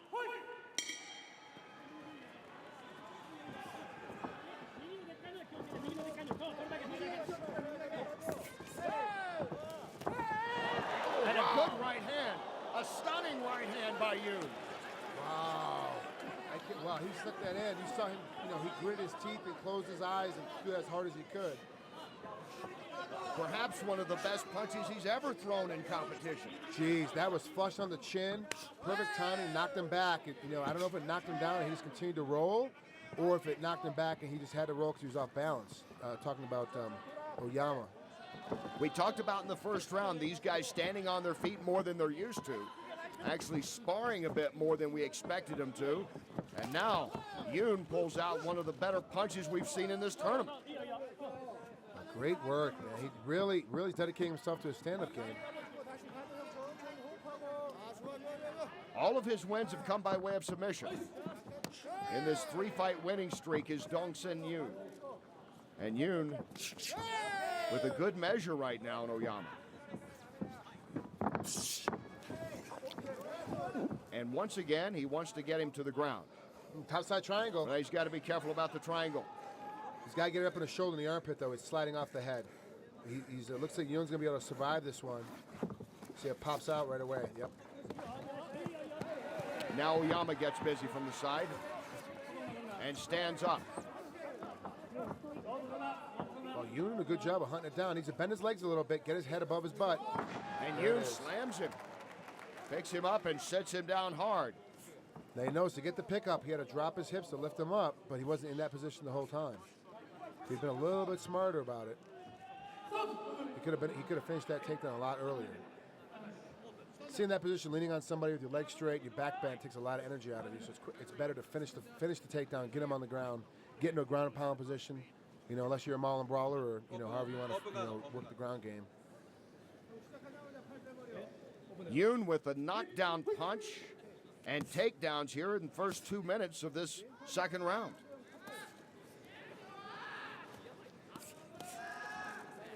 Clearly in charge of the fight at this moment. You look back on that first round, kind of a close first round. This is going to be interesting, these last 2 minutes, 50 seconds. Yeah, obviously, Oyama's picked up the pace, but Yoon has matched his pace. Let's just say Yoon was going 80% the first round. He's now at 90%, but Yoon is also now at 93%. He's picked the pace a little bit more as well, and as a result, he ends up on his back and ends up in better positions every time they scramble. As you talked about earlier, Frank, Yoon, who has fought primarily as a light heavyweight, dropping 20-some pounds, getting into the middleweight division, doing it the old-fashioned way, running, jumping rope, and it's paying off right now. It appears just over 2 minutes to go. He looks like the fresher fighter still. Worked himself in a perfect mount. I mean, you know, to get in these positions, you got to have more energy. Not only more technique, but more energy, especially this late in. We're already 13 minutes into the fight. And we've seen Yoon here come out stronger in this second round than perhaps any fighter we've seen at this point tonight. Yes, yeah, he has. Yeah, he really has. He's had a better second round than anybody else to date. Certainly Oyama on the bottom knows he has a lot of work to do after this strong start here to the second round by Yoon. There's plenty of time left for a submission attempt on either guy to finish the fight early. But really, Yoon is in a position now where he can kind of ride his decision out if he chooses to. Interesting for Yoon, he has never won by way of decision. In his 3 wins, they've all been submission. It's hard to submit. I mean, hopefully he's seen tape and worked it and understands that. It's hard to submit a guy like Oyama. He's very technical on the ground, especially defensively. Maybe Yoon knows this, so the last minute he's just going to bang away at him.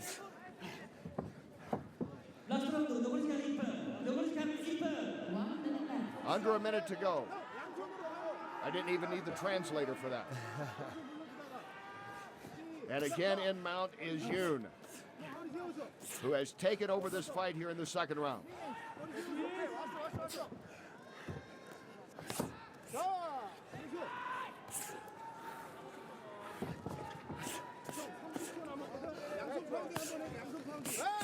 Moves up in mount, tries ground and pound for the first time in this fight.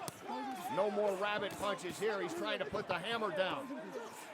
Oh, wow, Yama's getting hit flush, too, on a lot of those punches. Now he's finally trying to defend the mount out of desperation.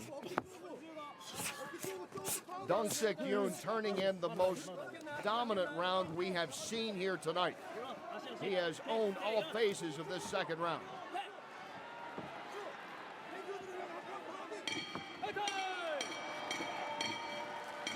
Oyama grasping in desperation at the end. Could he pull out a miraculous submission? No, it was all Yoon in the second round. Enough to give him the decision for the fight, though. Yeah, I can't see the judges getting anything else but unanimous decision for Yoon on this one. He completely dominated, unless the judges were looking at a different fight than I was. Dong-Sik Yoon, who was very strong in the first round and just absolutely on top of everything, going from that big punch to start this second round to everything else. I mean, definitely that left punch was one that put him on the ground. He didn't fall over. He got knocked down for sure. It was definitely a knockdown. And then that perfect takedown with a big left. I mean, just the punching at the end. But really, you know, he dominated the entire fight, and that punch was just one spot that shined. But he really, you know, from the opening bell to the ending bell, it was all Yoon. At least in my humble opinion. You know, what do I know? Well, I concur. I think everyone does. But now, what about the guys that matter? Let's see what the judges say. Yoon. Judge Adachi. Yoon. Judge Koyashi. Yoon. Yuki Shota. Yoon Dong-Sik. It goes the distance. Dong-Sik Yoon winning for the 4th straight time. This unanimous decision over Oyama sends him on in the Dream Middleweight Tournament.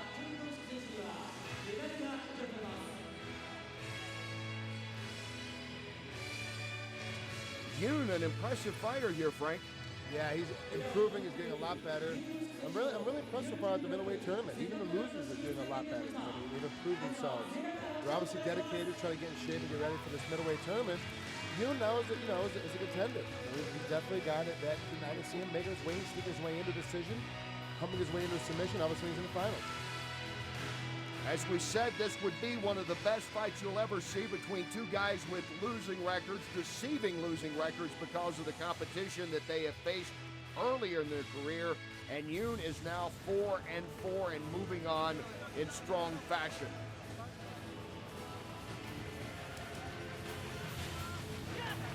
Sultan Akhmadov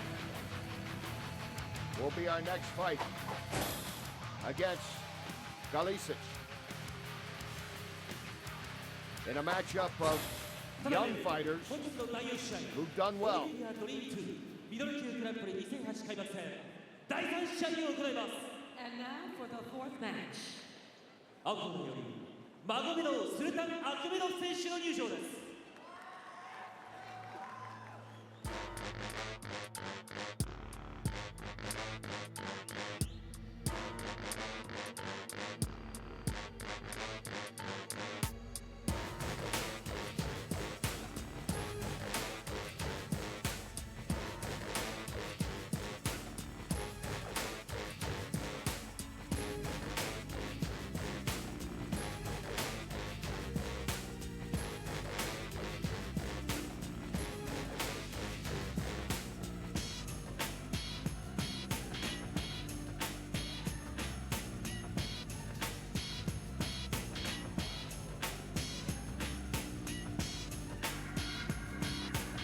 In the blue corner, from Russia,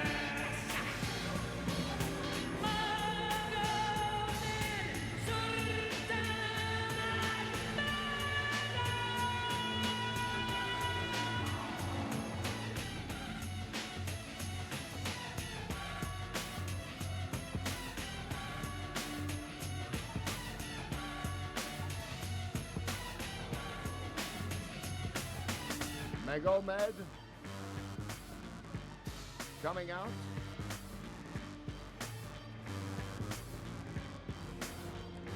It's also Nakhmadov coming in here with a 4-1 record. 3 of those wins by decision, has a TKO. He is in the midst of a 3-fight win streak. And he looks all business.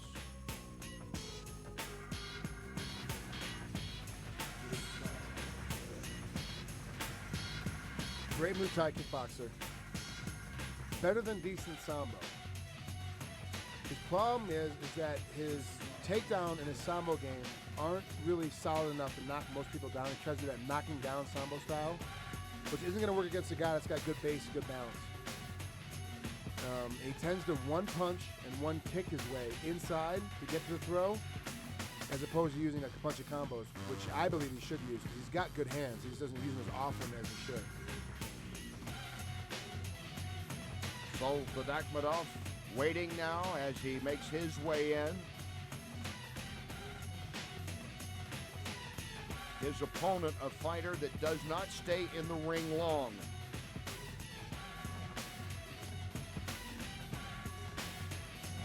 You prefer the stepping through or the leaping over the ropes, Frank? Man, I trip up stairs, I trip over ropes, I roll underneath the bottom rope. 赤コーナーよりゼレグ・ベンゲイ・ガリスク選手の入場です。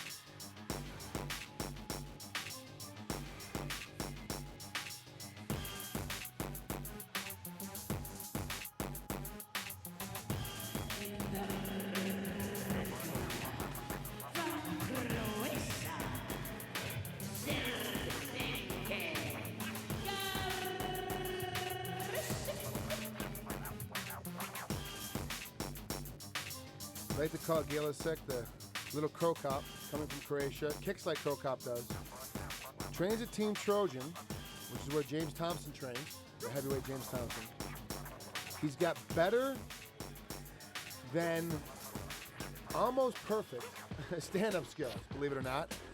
And his submission game is surprisingly deceptive. He has a great submission game that most people don't really get to see because his first couple of fights he was exhausted. I don't know if it was the new game of having to do a full MMA match or what the problem was. And his stand-up game is what most people see because he is so flexible, he can almost kick himself in the shoulder. He's so tall. As we look at the tail of the tape here, I have to be honest with you. I don't think Sultan is that tall. I think Zelig is a little bit taller. You see them walking by each other. Galicic looks like the taller fighter. Yeah, they have them both at 6'2", but I know Galicic is 6'2" for sure. これより第4試合を行います。アゴ188センチ、83.4キロ。マゴメドスルタン・アクメ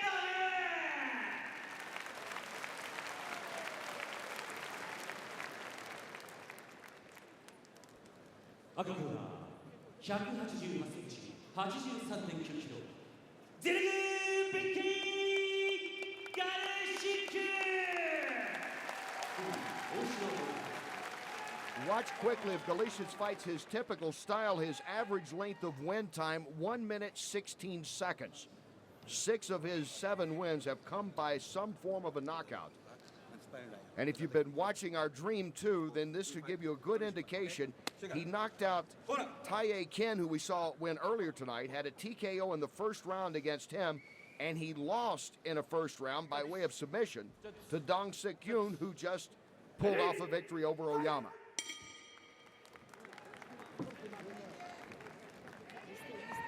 Megamed is southpaw. Now Galicic comes in throwing early. Good hip toss, partial hip toss, knee sweep.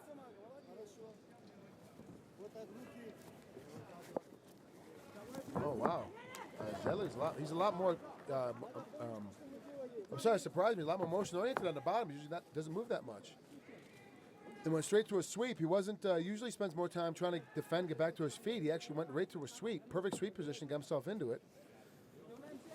His head's caught, but he's not in any kind of danger. He's actually sitting on his leg, on Magomed's leg, so he's not going to get anything. Oh, now, he's got Sultan Akhmedov. Yeah. Okay. Well, I was going to say, he switched himself to that full guard, and he saw his chin. He was in a good spot to finish a front guillotine.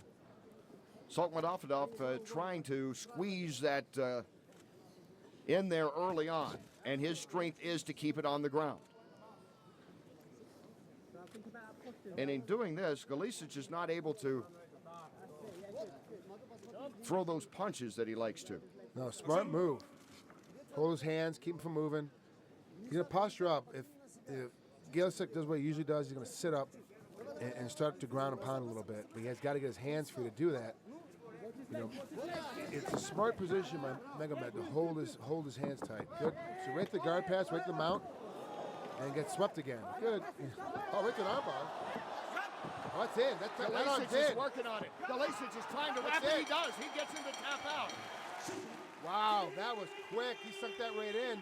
Megamed made the mistake. He sat up and tried to pull away. You can't pull away from an armbar. That allows the arm to go straighter. That was a really bad mistake. He was actually part of the way out of it. All he had to do was crush and turn the corner. He would have got away. Instead, he pulls up, pulls away, and ends up getting caught in the armbar.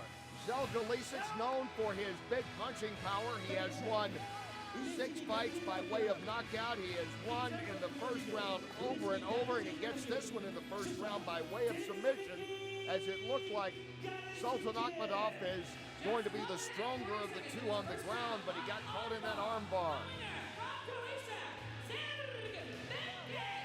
Very, very smart, very smart. Good position. Immediately as he got swept, leans right over, gets his leg over. As you see, Sultan Akhmedov stands up and pulls away, and that's the mistake. Oh, look at that elbow. There's no way there's no way that he's getting out of that one. He had to crush down on top of him, get him down, leg across the chin, lift his head up. Perfect position. Good work.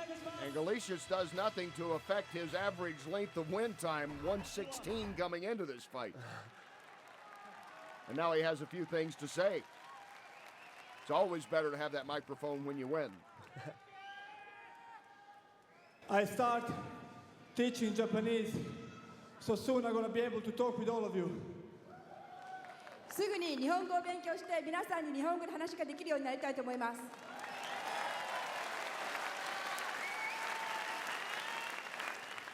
Mr. Yondon Sik, after he beat me, he showed me that I need to learn more. I need to learn more of the ground skills. Today I said, I know it, Let's try. ユン・ドンシク選手が寝技の選手だということは知っていました。彼の戦いを見て自分も寝技で頑張ろうと思いました。そして今日やってみました。Sayonara till the next time, guys. Bye. また戻ってきます。またよろしくお願いします。 So Galicic advancing on with that armbar submission of Sultan Akhmadov here in the first round. And Galicic, how about that, giving credit to Dong-Sik Yoon, who beat him 7 months ago. Yeah, smart move, learn a little bit, paying attention to the guy that beats him. Obviously the guy that beats you a little bit smarter than you. Learn the position. He figured, like he said in his post-fight interview, look, I knew the position, let me go ahead and try it, let's see what happens. And sometimes just trying it is enough to win. He tried it, put it on perfectly. Good work. Galicic now moving on as he wins for the 8th time in his career.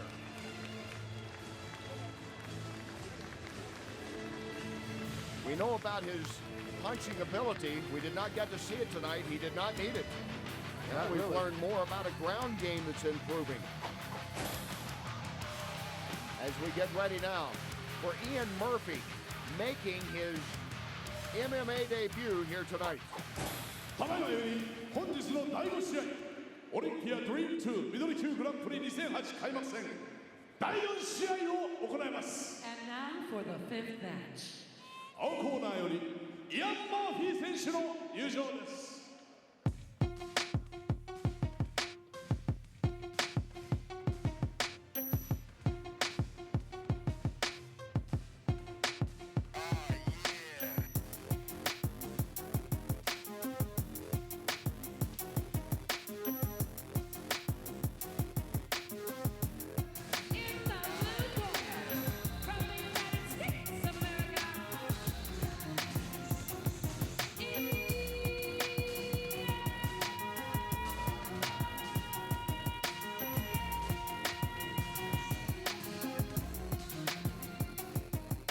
Out of Corona, California, on the Cal State Fullerton Wrestling Team, 2007 National Freestyle Champ. Finished 3rd in Greco-Roman Wrestling. Great collegiate background. Learning the MMA game and jumping right into this middleweight tournament in a big way because he's taking on Ronaldo Souza. Who, you ask? Jacare. Why they used Ronaldo Souza, I have no idea. I had to double check when I saw the brackets. I was like, to make sure Jacare was. I thought Jacare was fighting. What happened to Jack? Okay, so everybody in America knows him as Jacare. That's what I know him as. I actually very excited for this fight. Unfortunately for Ian Murphy, because I actually helped Jacare get prepped for this fight. I helped him train at Extreme Couture in Las Vegas. Our managers are very close friends, and of course. With Robert Drysdale now teaching Brazilian Jiu-Jitsu at Extreme Couture, which is one of Jacare's friends. He came up there and, man, Jacare's submission game is incredible. I know that Ian Murphy's wrestling technique, his technical standpoint from his feet is going to be better than Jacare's. His stand-up is better than Jacare's in the punching department. It's just Jacare is so good on the ground, it gives me a little bit of worry about Ian being caught. But Ian is a tough kid that loves constant motion. He never stops moving, which just gives Jacare fits. Ronaldo Jacare 選手の入場です。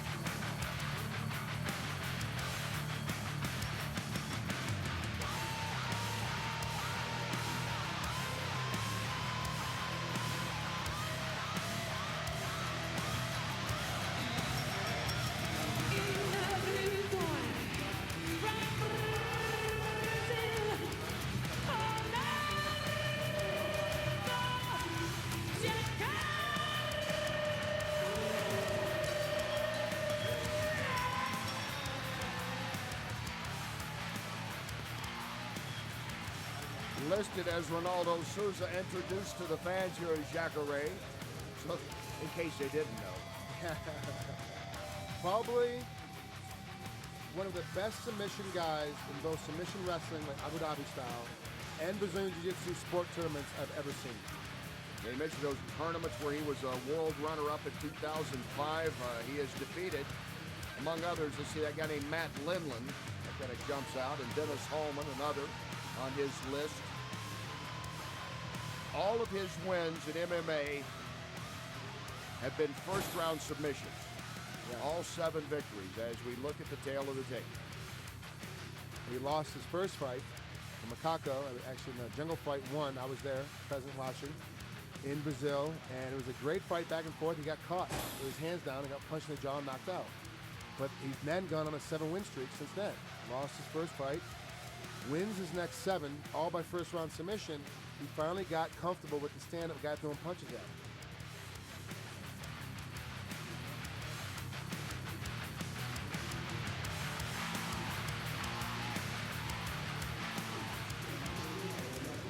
And for Ian Murphy, tough spot to be in, making your MMA debut before a crowd of over 20,000 here against a veteran fighter. Yeah, it's not too bad. He's probably lost all functions of all of his bodily functions at this point. They've all gone out the ring. Plus, for Murphy, you figure automatically his strength is on the ground. He's going up, though, against a great submission guy. Exactly.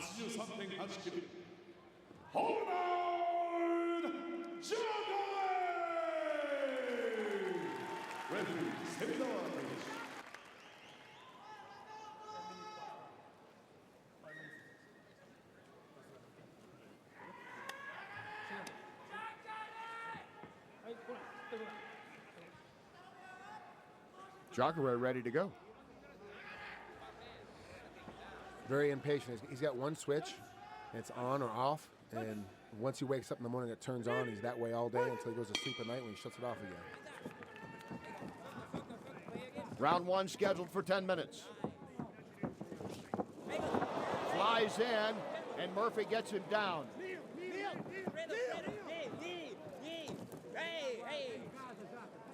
Elbows in. Right to the guard position. I almost landed in a reverse armbar. Jacare did, but Ian was smart enough to pull his elbow out. Try for the sweep.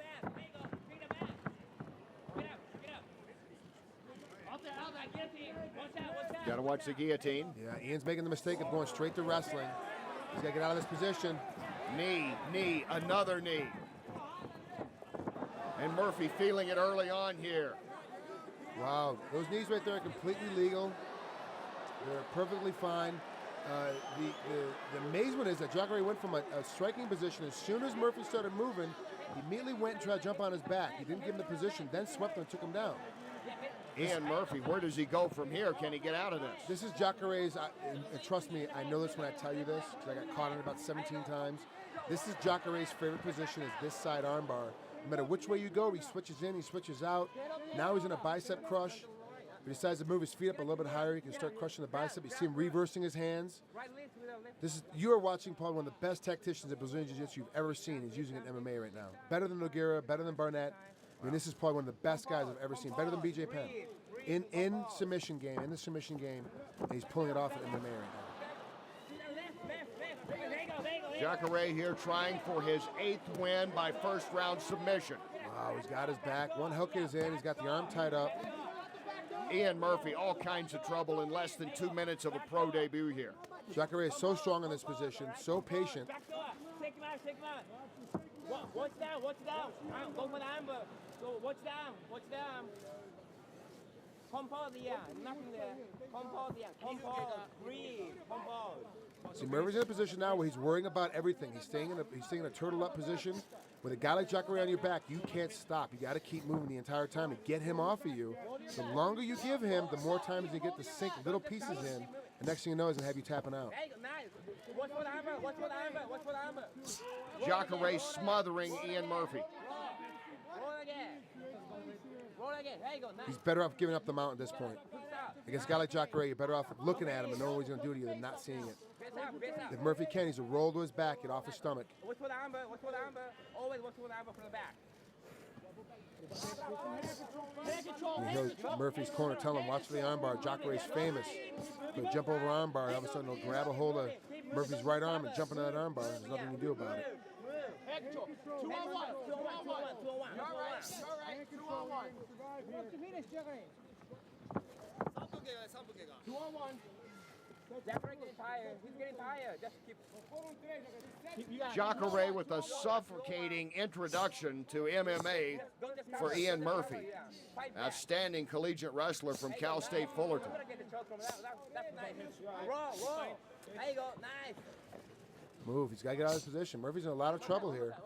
It doesn't look like much to you people at home, but for those of you that have practiced jiu-jitsu, you understand he's in a bad spot right now. Oh, there comes the rear naked choke. Oh, that's This could be his chin. This could be a Jacare trying to get him to tap out. He does. He chokes him out. Oh, wow. He had nowhere to go. As soon as he sunk that in, his former bicep was completely underneath his chin. Murphy had no chance.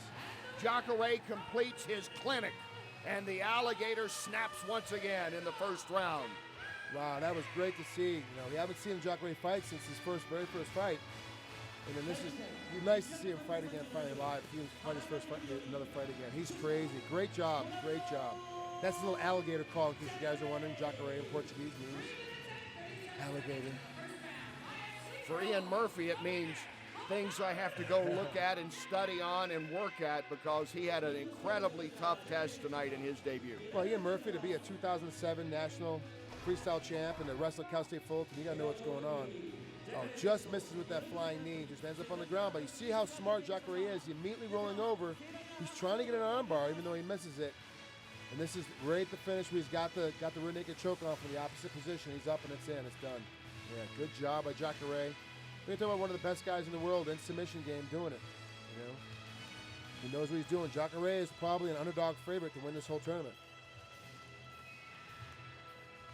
And there is the RNC, and there is the celebration. And he's still got a little energy there, isn't he? He's showing him in his corner exactly how he was doing things. I hear from the side we're going to get a speech by Jacare. We're probably going to have to wait till it comes back in Japanese to get our translation out, though. Here now, Jacare.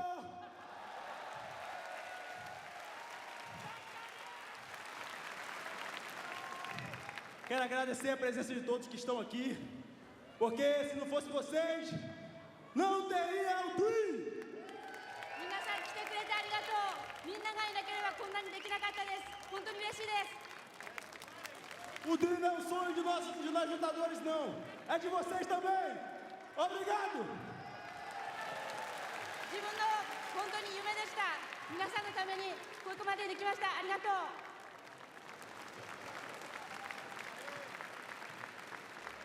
皆様、ジャカレ選手の次なる戦いにどうぞご期待ください。今の一つでなくお願いします。 Jacare said, thank you to everyone for coming. I did it all for every one of you, and I'm very happy right now. Now, did you get that, Hans, in Japanese or Portuguese? A little both. So I'm getting kicked in the back now because I didn't realize you spoke Portuguese too. Hans Thompson, quite impressive in his translation for us, but it is Jacare. Watch for him in this Dream Tournament. A dominating performance over the young, talented collegiate wrestler making his pro debut, Ian Murphy. And for Jacare, he wins once again. 8 straight, all first-round submissions. And there's more action coming up, including Sakuraba later on here in Dream 2.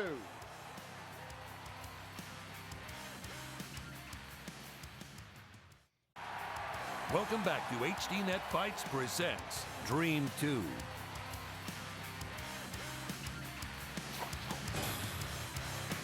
And here at the Saitama Super Arena just outside of Tokyo, we continue with Dream 2, the middleweight tournament. Kenny Rice, Frank Trigg, glad that you could be with us here on HDNet.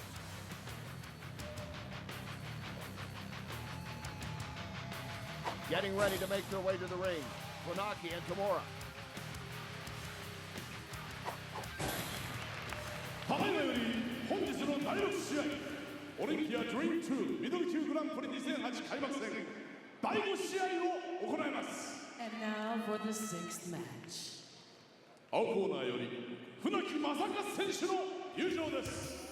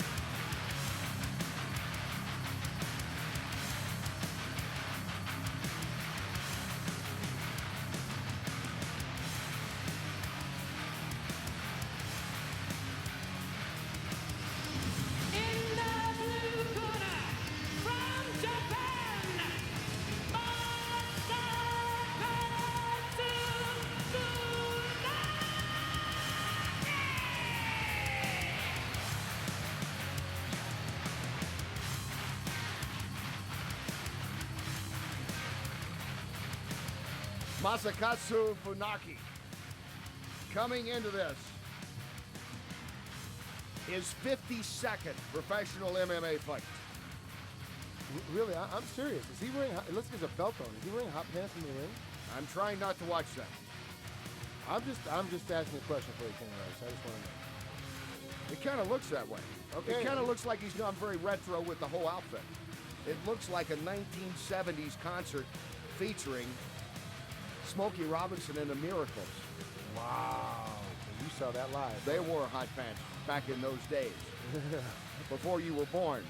Actually, Funaki might have been fighting something before they were born. I mean, this guy has been there. He has done that. 38 victories, 33 by submission. He has won and lost to. He's got Boss Root and Frank Shamrock, Ken Shamrock, Guy Mesger, among others.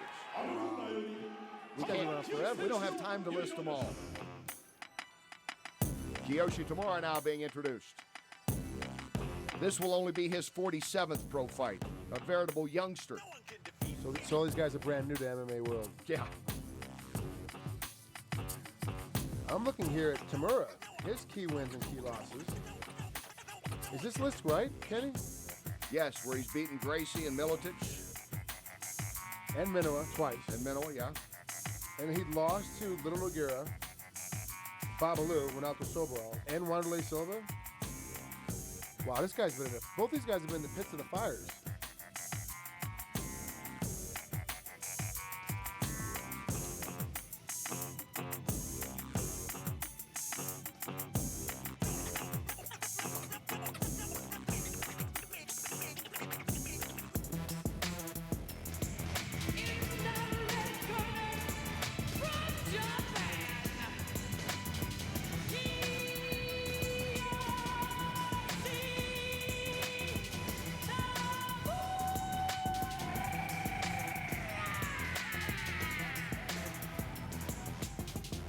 Well, I'm kind of scared to say this, but this is the fight of the more mature gentlemen.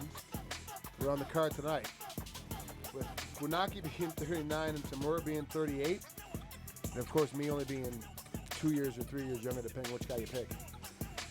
That's why I hesitate to say this, but there's no way I can catch these guys in record in the next 2 or 3 years. They have competed so often and so much. Combined, they have 97 fights between them and 69 victories.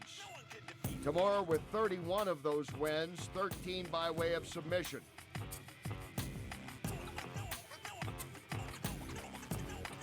And rarely will you see a matchup of this kind of experience and the resume of the who's who of MMA that each fighter has tangled with over the years.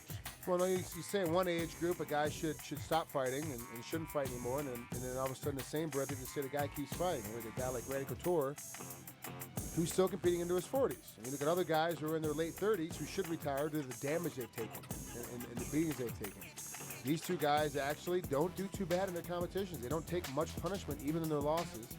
It's not that devastating knockout or that grueling battle of attrition on their feet. They don't really have that kind of style, so they can continue to compete for several more years. Funaki in his last 9 fights, a record of 3-5-1.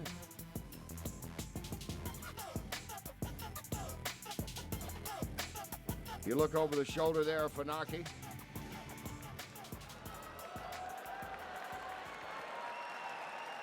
There's a little bit of a stare down.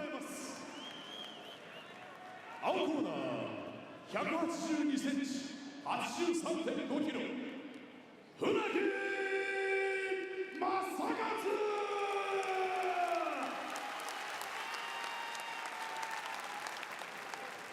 赤コーナー180センチ 83.4 キロ田村清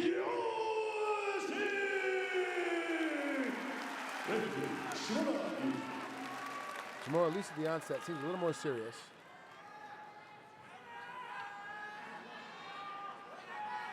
Both guys are not known for their shape. They spend a lot of time getting out of the first round. We don't really have to test their shape because I don't. Both guys tend to go early and hard. It'll be interesting to see if this even makes it through the first 5 minutes, let alone into the second round, because these guys do tend to try to finish a fight as quickly as possible, which also leaves them open to get finished as quickly as possible as well. Funaki. Tamura, here we go. Scheduled for 10 minutes this first round. And both show a southpaw stance.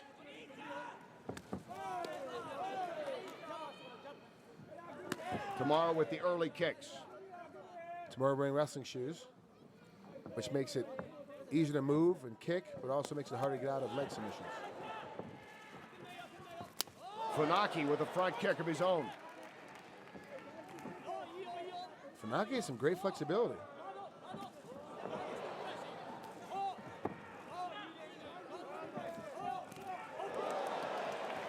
Funaki now getting in the punch. Oh, wow, he got rocked there on that punch. Tamura caught him. And Tamura will counter punch effectively, and now, again and again, good knee. Good knee. Tamura in charge of this, and he whips him to the ground. Funaki's in trouble. Funaki, it may be over. It is. Tamura is the winner that quick in the story in the first round. Wow, and it wasn't the hammer fist at the end that finished the fight. He was actually dead on his feet. He got caught by a nice stiff right hook. That put him in made him loopy, and he started grabbing. And his hands came further away from his face, started reaching for the body. Got caught, got kneed, got thrown down. And the hammer fist was just an exclamation point on it. But really, he was out on his feet when he got caught with that right hook earlier. Kiyoshi Tamura with this only the 5th knockout of his career. Wow. In 32 victories now, only 5 by knockout. This first round finisher of Funaki still being attended to. Minowa sitting in the crowd. He'll cut over his nose.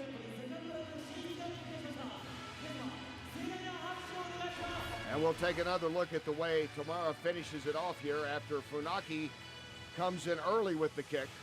Nice slap kick right to the face. This is the end here. He gets thrown down, inside out trip, and hammer fisted. Can't even get his hands inside to protect himself. He's already out. You can even see Tamura's asking the ref, stop the fight. His eyes are closed. He's not doing anything. He's not even trying to defend it, not moving in any way, shape, or form for defense.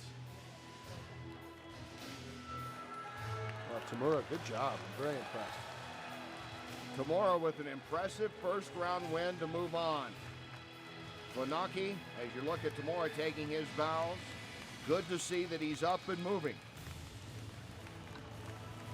They talked about how these guys like to finish fights early.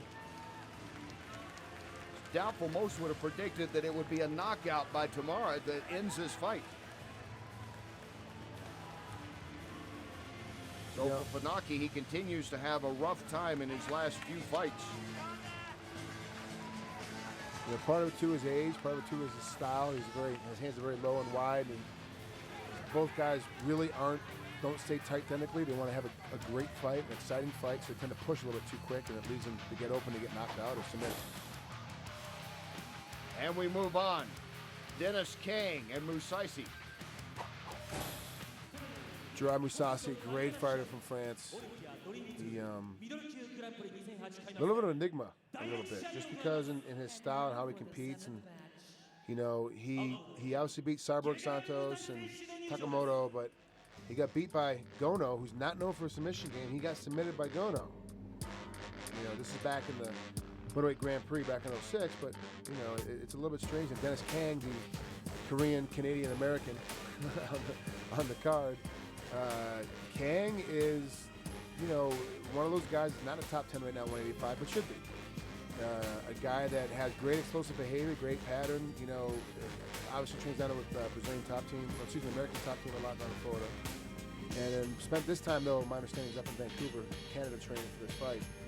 And he really has a boxing sense on his feet, boxing style, traditional sweet science style on his feet, where Gerard Mousasi is more of a savant style, I guess, what you would call it, on his feet. It's kind of a weird mix of how these guys compete against each other. It's going to be very interesting, though. Both guys like to swing, just from different angles.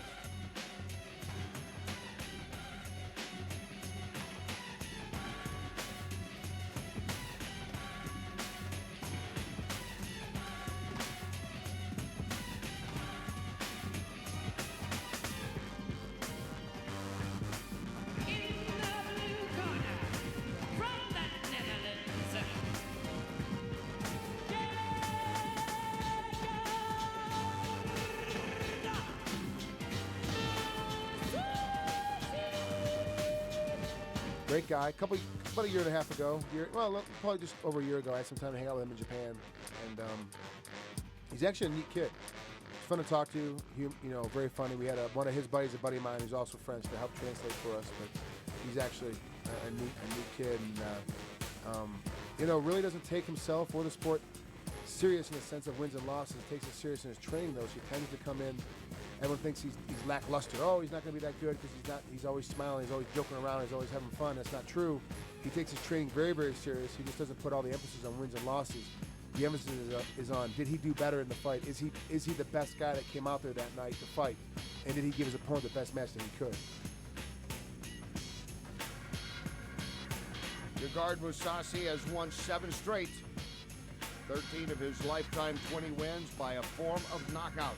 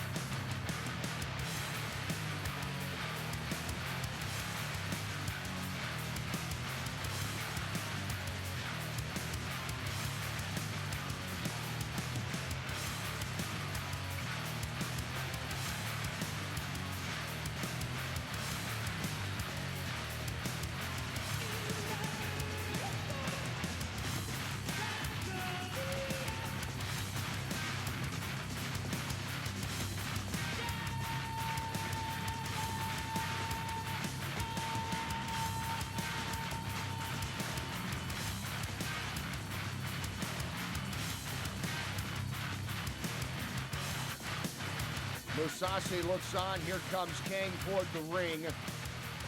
Kang in 23 fights, unbeaten, but he has lost 2 of his last 3.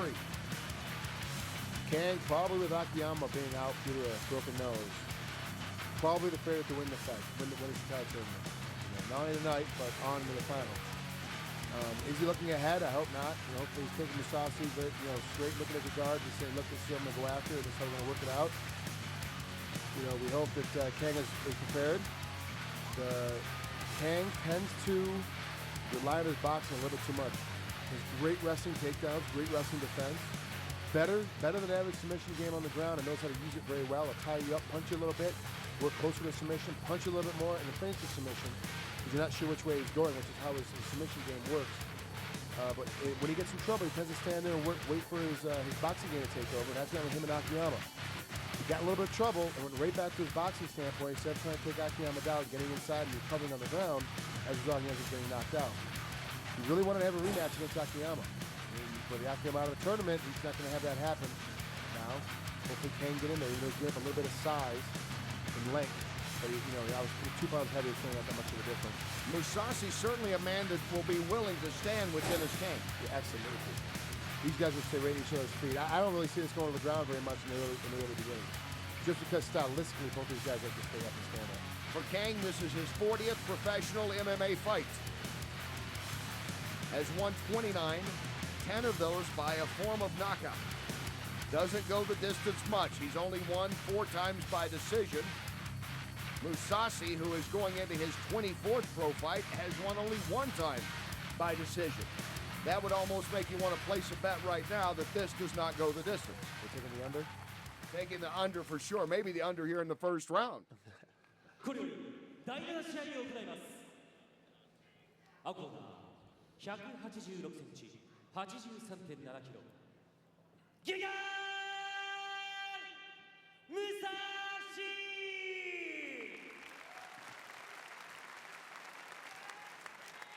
赤コーナー180センチ、83.6キロ。デニス・キャー。 He's not there now, but I saw Jay-Z coming on the ramp with Dennis. He's not in the corner now.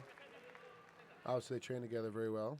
Cavalcante losing in what we'll call the rematch because of the no contest in Dream 1 with Aoki. Aoki wins a decision earlier tonight to start this evening off in the lightweight tournament to advance on, with Jay-Z losing out. And now this is the next to last middleweight fight of the night. Sakuraba will fight to complete the evening as we get ready for Mousasi and Kane.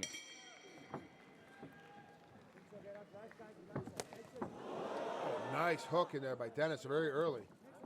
Well, we expected this tempo to be set quickly between 2 guys that swing away. And shooting in is Kane. Nice shot. Good work. Rattle him up top, hit him in the head, got his hands coming up and took him down. Kane has been able to win 15 times by way of submission.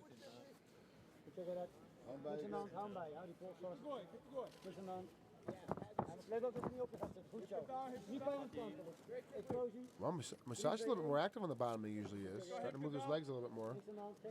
Still has Dennis's arm tied up. That's it, right there.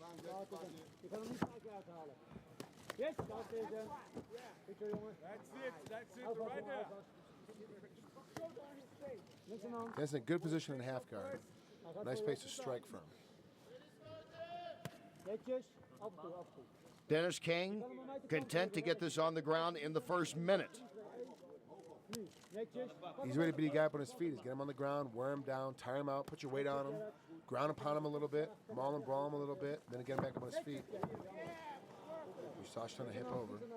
That and perhaps the respect that he does have for the punching ability as well of Mousasi. Gegard took a very hard left hook right in the very beginning and kind of waved Kane. It's like, come on, keep coming. There's no problem. I'm good. He has a very flush, very tight early punch.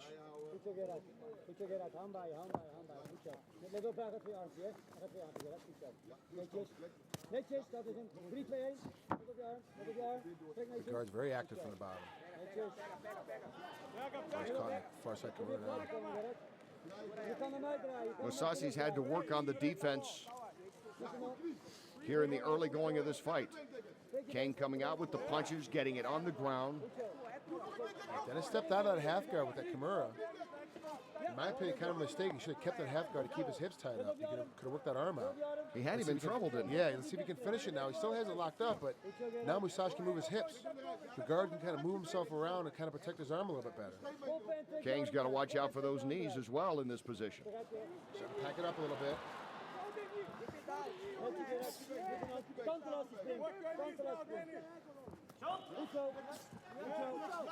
These are landing in Kang's ear. Yep, see, he can move his hips. He's starting to shot himself out. He got his arm free. Musasi is okay. He's able to get away. The fans are appreciative of the defense. His ability to escape Kane. Nice up kick.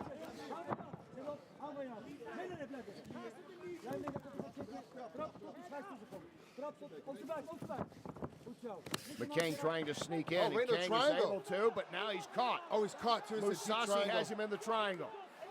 This is deep. This is a problem. He's got his arm locked. And it's over. over. Musasi wins it. First round triangle. I can't believe that. Dennis stepped in to go ahead and try to punch pass and stepped in with one arm in, one arm out, and put himself right into the triangle. Nothing against Gegard, but he didn't do anything to put that triangle on. Dennis just fell into it. Gegard just had the sense to go ahead and try to make sure that he had it finished once he got there. Musasi winning for the 8th time in a row, and he may look back at this tape and go, wow, I got lucky. Dennis Kang may look back and go, what did I do? Man, that was a big mistake on Kang's part. He was in a good position, had a perfect submission spot, was getting ready to step in to try to finish it. And as he steps through with his right arm to go ahead and throw down for a submission, he puts himself right in between the legs of the triangle. Well, the punch early by Dennis Kang, he wanted to get this to the ground, and he did after he comes out with that strong combination. There he is, he's leaning in, he sits up, and he punches down, one arm in, one arm out. That puts him right into the triangle. And just prior to that, while it was still on the ground, Kang, as you pointed out, had a great chance at getting a Kimura work there, but then decided to change his position. Yeah, that surprised me that Dennis would jump out of half guard on that Kimura position, and this is what happens. He ends up not being able to finish the Kimura and gets caught in a triangle. So Musasi picking up the 7th submission of his career to go 21-2-1 and advance here in the middleweight tournament. Wow, that's a huge upset. That's a huge upset. Dennis Kang, in my mind, was picked to be in the finals of what I would see as a dark horse in Jacare, and maybe a Minowa didn't see himself through depending on how the brackets line up, but I definitely saw Kang in the finals.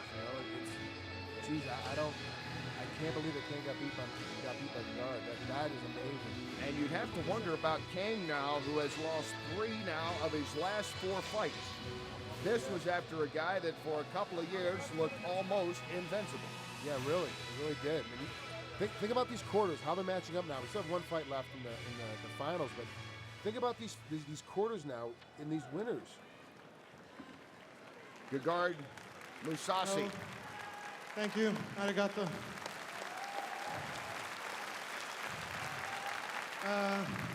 I'm happy to be here.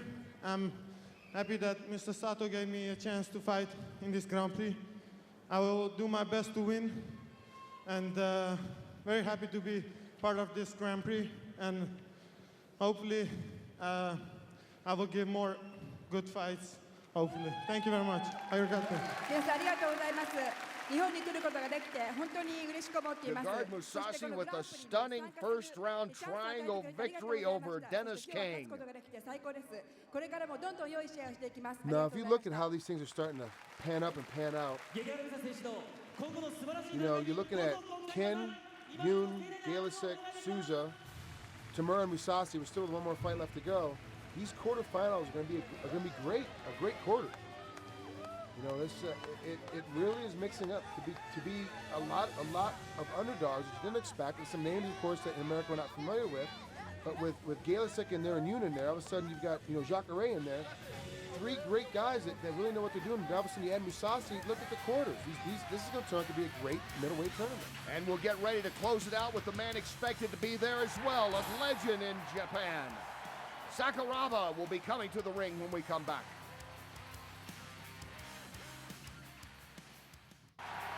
Welcome back to HDNet Fights presents Dream 2.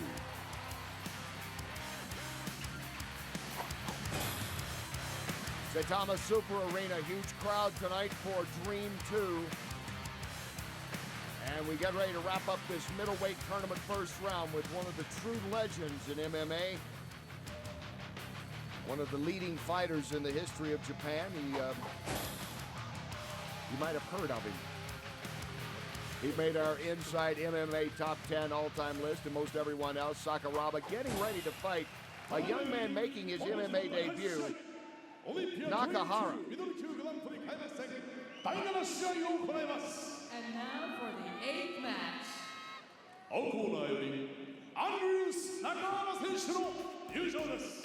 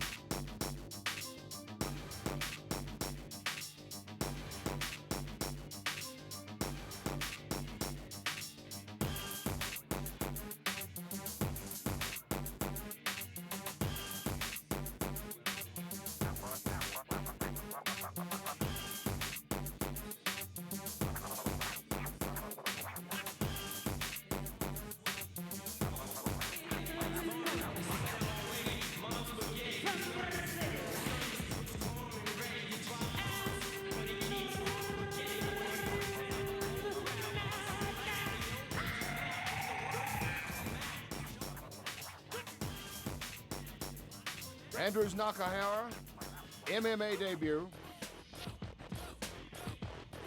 Has had success in karate tournaments. We know that about his background. Amazingly enough, coming from Brazil, you would think it's only Brazilian Jiu-Jitsu, but it's the second largest population of Japanese in the world is in Brazil. Of course, the first being Japan. Great karate guy. Nakahara, the winner of the 2006 All-American Open Karate Championship. Last year, he finished second in that tournament.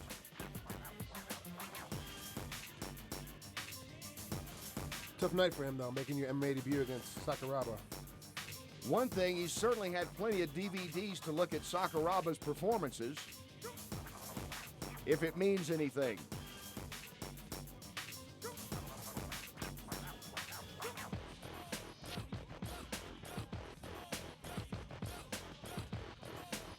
So the assumption can be made. Stand-up was going to be impeccable. Yeah. His ground will be non-existent. So if I'm Sakuraba, who's not known for his stand-up, first thing I'm doing is taking this guy down on the ground as quickly as possible, passing his guard, and breaking his arm off. Nakahara waiting as he steps through the ropes for the first time as an MMA pro.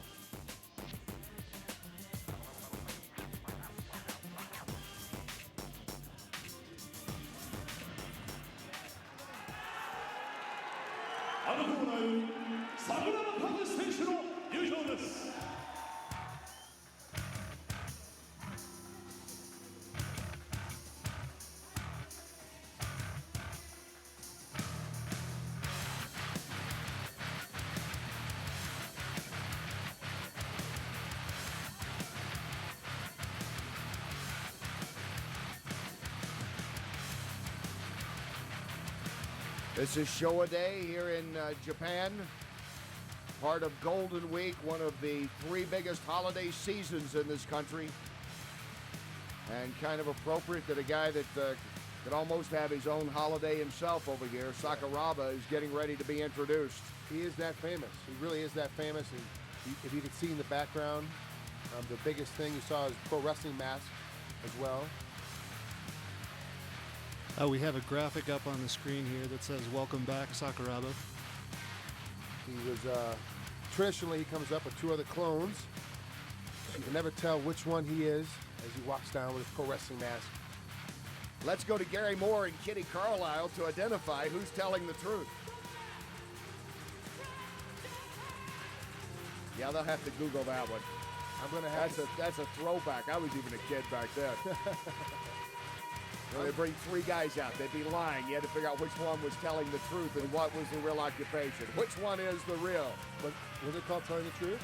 To Tell the Truth, yeah. Which was a remake of it. It was on for about 6 weeks, just a little while ago. I remember catching pieces and bits of it.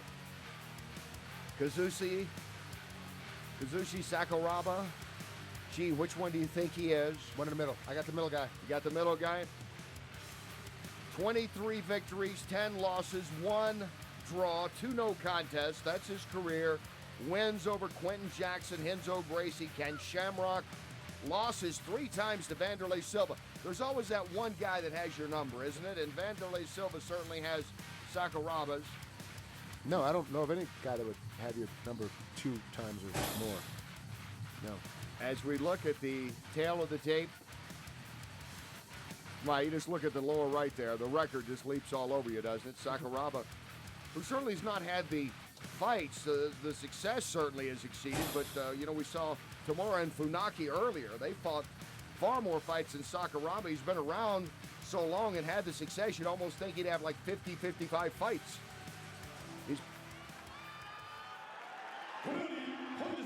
One of them's got to be some guys all at once. Maybe they would let Nakahara in his MMA debut just pick one. That'd be great. He might have a better shot that way. Maybe he wouldn't pick.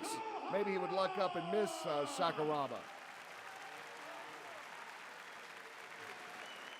あのコーナー180センチ 83.6 キロサクラバ和志 We need to have 3 Nakaharas versus 1 Sakuraba. That would be better, actually. Yeah, 3 Nakaharas in this. For those of you that know anything about wrestling or boxing, judo, most of us get cauliflower ear. Sakuraba has probably the worst cauliflower ear I've ever seen in my entire life. He always has to tape it because it's always in the process of bleeding. It never heals. He has the worst cauliflower ear, much worse than, I don't know, say, Randy Couture's.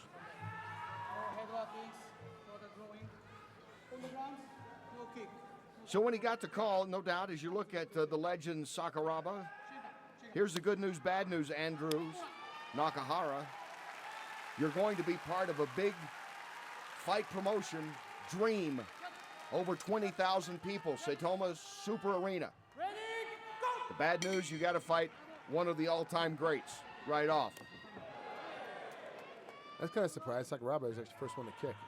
If I'm Nakamura, I'm coming out there swinging and kicking as much as I can. Hopefully You figure that's his best shot. He may have the kicker chance in this case. That great karate background that he has. Sakuraba is one of those guys who thinks a lot of punishment in his fights. So even he'll win a lot of fights just by fruition, just by hanging out. Because the guy gets tired of beating on him, and all of a sudden he gets caught in a submission. Henzo Gracie and him was a great battle back and forth. Sakuraba ended up winning it by a Kimura lock. Dislocated Henzo's elbow, actually, in the win. Nakahara reaching with the right. Sakuraba actually basically beat almost every Gracie that there was at the time, which is how he got famous. Oh, good duck. Sakuraba, wow, hanging on to that left leg and still standing up is Nakahara.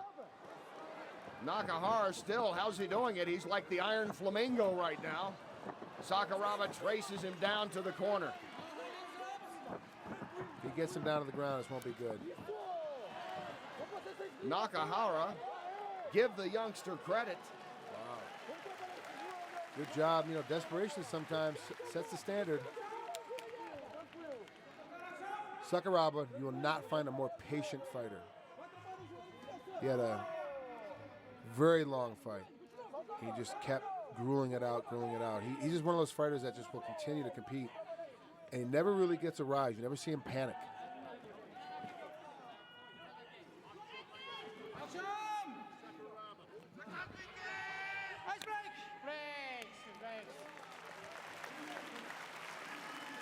After the stall in the corner, they'll reset. Will Nakahara try some kind of kick here?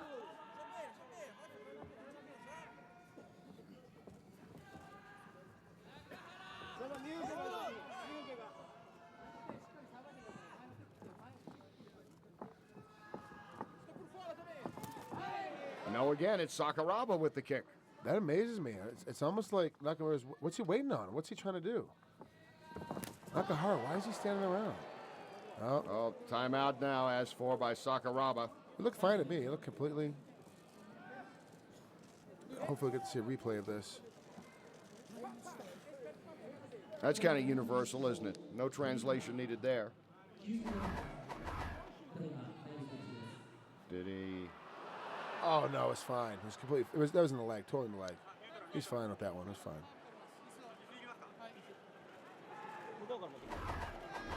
Sakuraba has up to 5 minutes here if he chooses. Man, he couldn't have missed it if he tried. That was probably one of the most accurate groin kicks I've ever seen.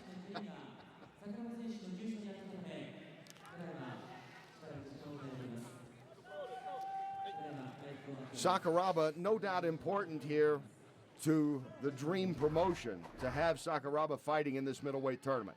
Absolutely. Yeah, he's a huge name. He's a big name. He left Pride before Pride was purchased by Zuffa, and he moved over to K1. And, you know, Dreams obviously is part of the K1 family. And you know, it's a huge deal to have Sakuraba still competing. Yes, Hans. As you guys probably know, they just said that they're taking a break because Sakuraba took a shot here. They used the sportscaster's euphemism of his weak spot he got hit in. It's that way for many guys on many levels, not being in a fight. I have a couple of friends that have sold houses and given away cars. Because of that weak spot. Bank accounts, credit cards. So Sakuraba, it looks like he's going to milk this. He's going to take the full 5 minutes here. As you look at Nakahara, making his MMA debut after a very strong karate background. They won't go the full 5. We're ready to go again. Nakahara, gentleman, showing his respect there for Sakuraba. Unintentional, that low blow. Sakuraba shoots, doesn't score that time. Wow, he's getting bluffs again. You know, if Nakahara would come a little closer with that wild right hook as... Well, Sakuraba stopped in the middle of that shot to kind of see what he was going to do. And Nakahara took a step back to that uppercut, figuring that Sakuraba was going to be right there. And that would oh, wow. Good kick. Good hook kick. He came up, if you can see that, you have this being T-bowed at home. He up kicked, he came around the top and smacked down. So instead of coming up and rising, catching Sakuraba underneath the chin, they cut him on the temple and come chop down on top of him. That's a real difficult kick to land. Nakahara flashes but misses with the high kick. A big underdog coming in here. You figure this is his best shot. He gets one of those powerhouse kicks in on the veteran Sakuraba. Sakuraba fires in that low kick. You hear it resonate around this arena.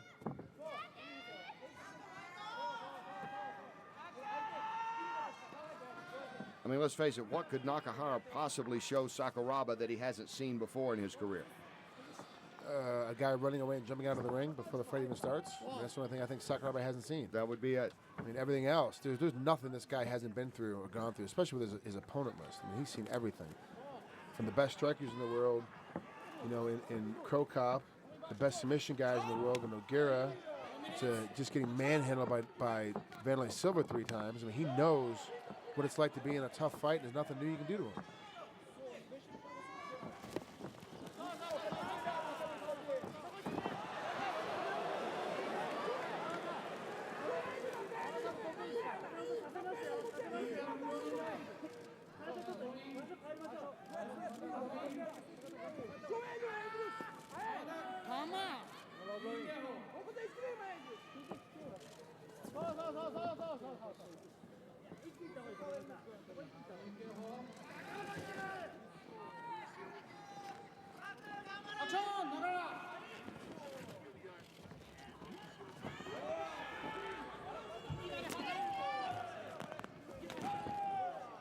Couple of knees there by Nakahara. As we approach the halfway mark here in round 1.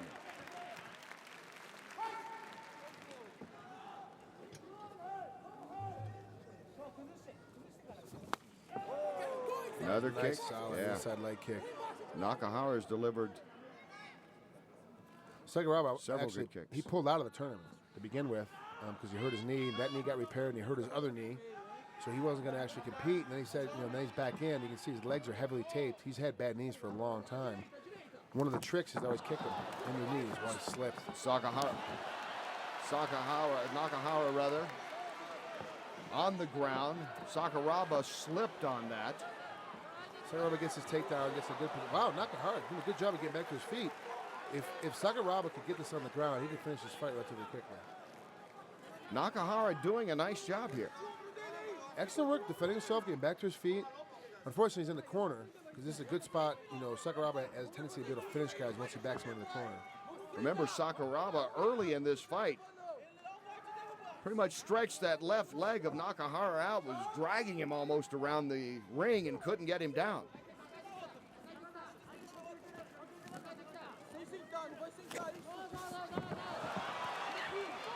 Sakuraba now. What will he do now that it's on the ground?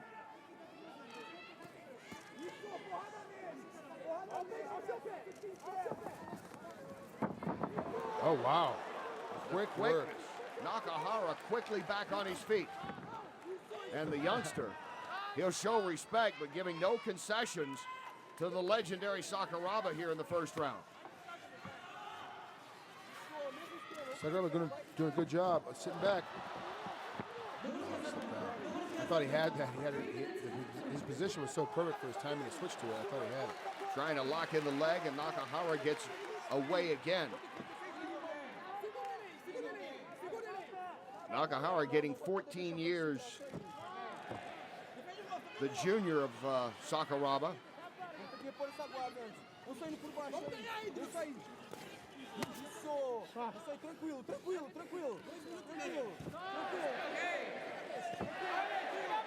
Great shot with that knee. And they'll cheer every knee of Sakuraba.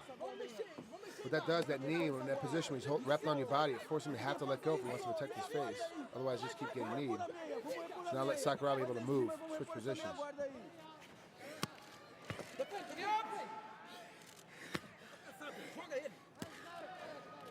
Sakuraba is actually giving him a way out. He's not doesn't have anything tied up, doesn't have any underhooks.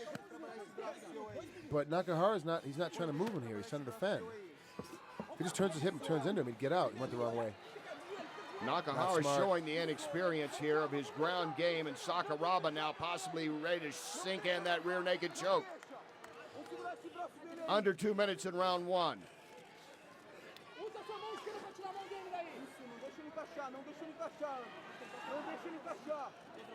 Got a neck crank. He's got his head turned. Sakuraba wins it. Sakuraba wins it here in the first. Wow, he had that head turned. And really, he didn't have anything really solidly tied up on him. It was Nakahara's inexperience. He didn't know he could have turned out. He could have moved out of the way. He had position to move. He just didn't do it.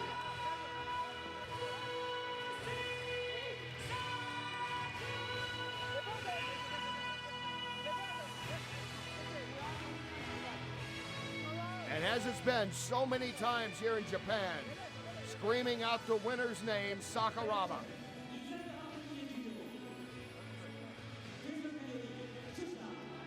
This would have been a bigger upset than Buster Douglas defeating Mike Tyson. Had the youngster Nakahara come in and gotten this victory, and Sakuraba kind of workmanlike but effective, and especially as you mentioned, Frank, when he got him to the ground.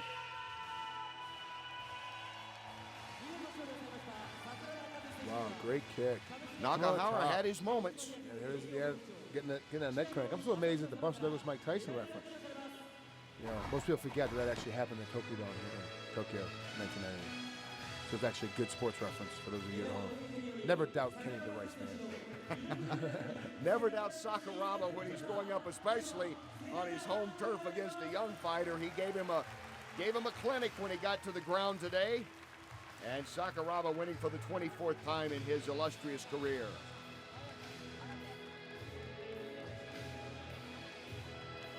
As we talk so much looking back on all this, maybe one of the big surprises, of course, Dennis Kang losing in a first-round triangle choke to Musashi. That might be the surprise of the night, perhaps. For sure. For me, it was definitely a surprise of the night. I definitely thought Dennis would have a tough time, be able to get his way through it relatively easily.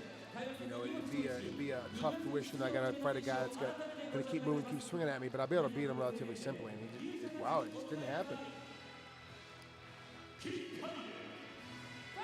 And huge, of course, for the whole organization that Sakuraba moves on. Jacare wins in easy fashion, you know, typically as you would expect a guy. Jacare and Yoon might be the one guy that might turn out to be the surprise guy in this middleweight division. Yeah, he's gotten a lot better. He's coming in better shape. He's moving a lot quicker. He's very smart about his training, about his attitude. He's getting much smarter. And on the lightweight side, Aoki had to wait. He was embarrassed. He was upset. He got his head together, got back in his game, and wins this rematch of the no contest, defeating Jay-Z in a unanimous decision to advance on in the lightweight tournament. Right, yeah. I mean, Aoki seems to be unstoppable right now, but the lightweight tournament's heavily stacked, just like this middleweight tournament is. You know, a lot of people say, Aoki might be unbeatable. He's gotten so much better. Man, it's anybody's guess now with the upsets we've seen tonight and the upsets that we had on the first Dream card. These tournaments are very competitive. People got to be really careful. Can't go in there thinking any one guy's going to pull it off now. Everybody is a favorite to win the whole thing. Well, it has been a dream, these first two rounds. Round 1 and 2 of Dream themselves. Sakuraba now will address the crowd. As he's done so many times, the other fighters all looking on.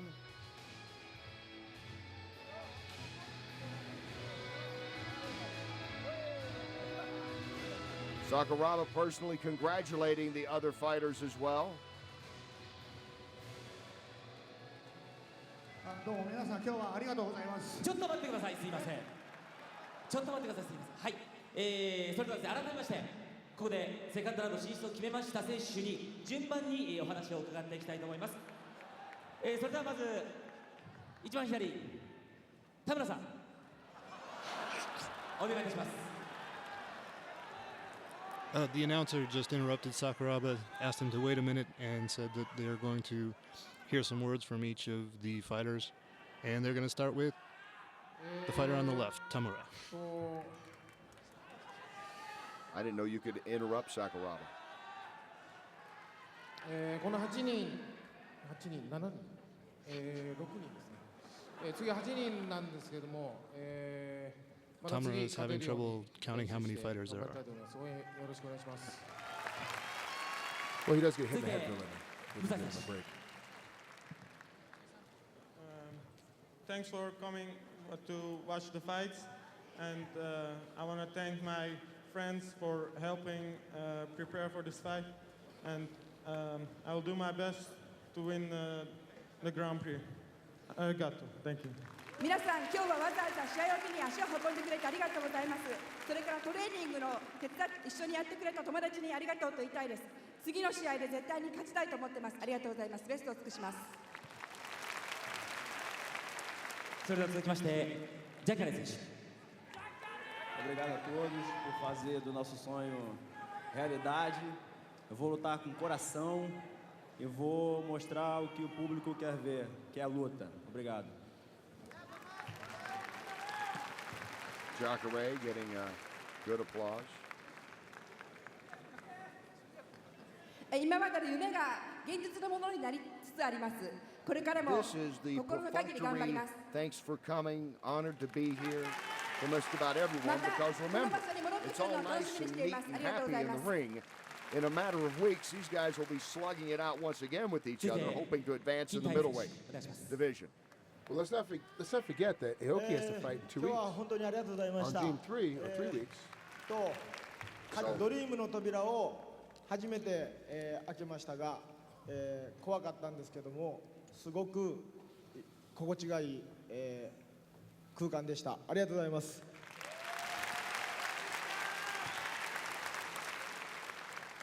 みんなに元気をもらったんで、2回戦何か1個当てたいと思います。よろしくお願いします。続いてガルシック選手。 It's a great honor to stand here with all these great fighters and great people. I'm gonna give my best to come to the top. Come to support me next time. Thank you. この素晴らしいトーナメントで素晴らしい選手の仲間として参加することができて本当に喜んでいます。そしてチャンピオンになるためにベストを尽くします。そして桜庭選手。今日は本当にありがとうございます。2回戦に進出した方おめでとうございます。僕は決めていないので頑張ってください。また本当ドリームはできたばっかりなんですけども、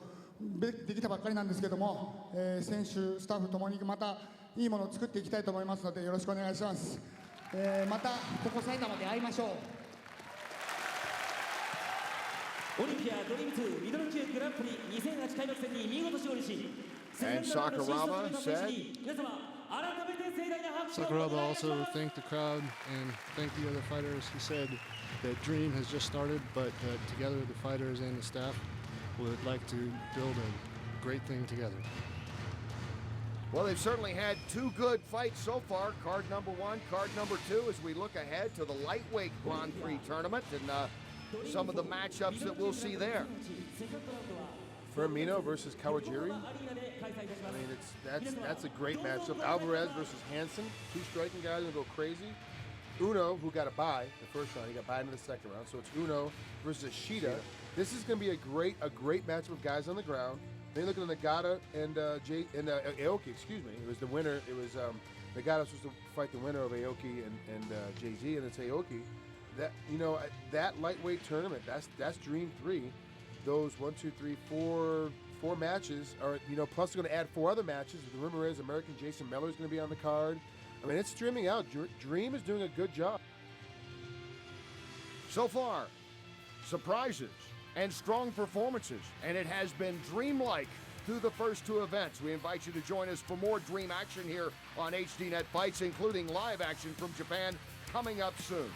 Thank you for being with us, our executive producer and man on the scene in Tokyo, Daryl Ewalt. Our producers, John Galpin and Bo Vonsakun. And we look at the rest of the important people that made this possible, from Matthew, Kelly, Jarrett, and Jeff in the post-production, to Todd and Ruben on graphics, Al, our engineer, Hans Thompson, our interpreter, for Ron Kruk and Frank Trigg, I'm Kenny Rice. Thanks for watching. You've been watching an exclusive high-definition presentation of HDNet Fights.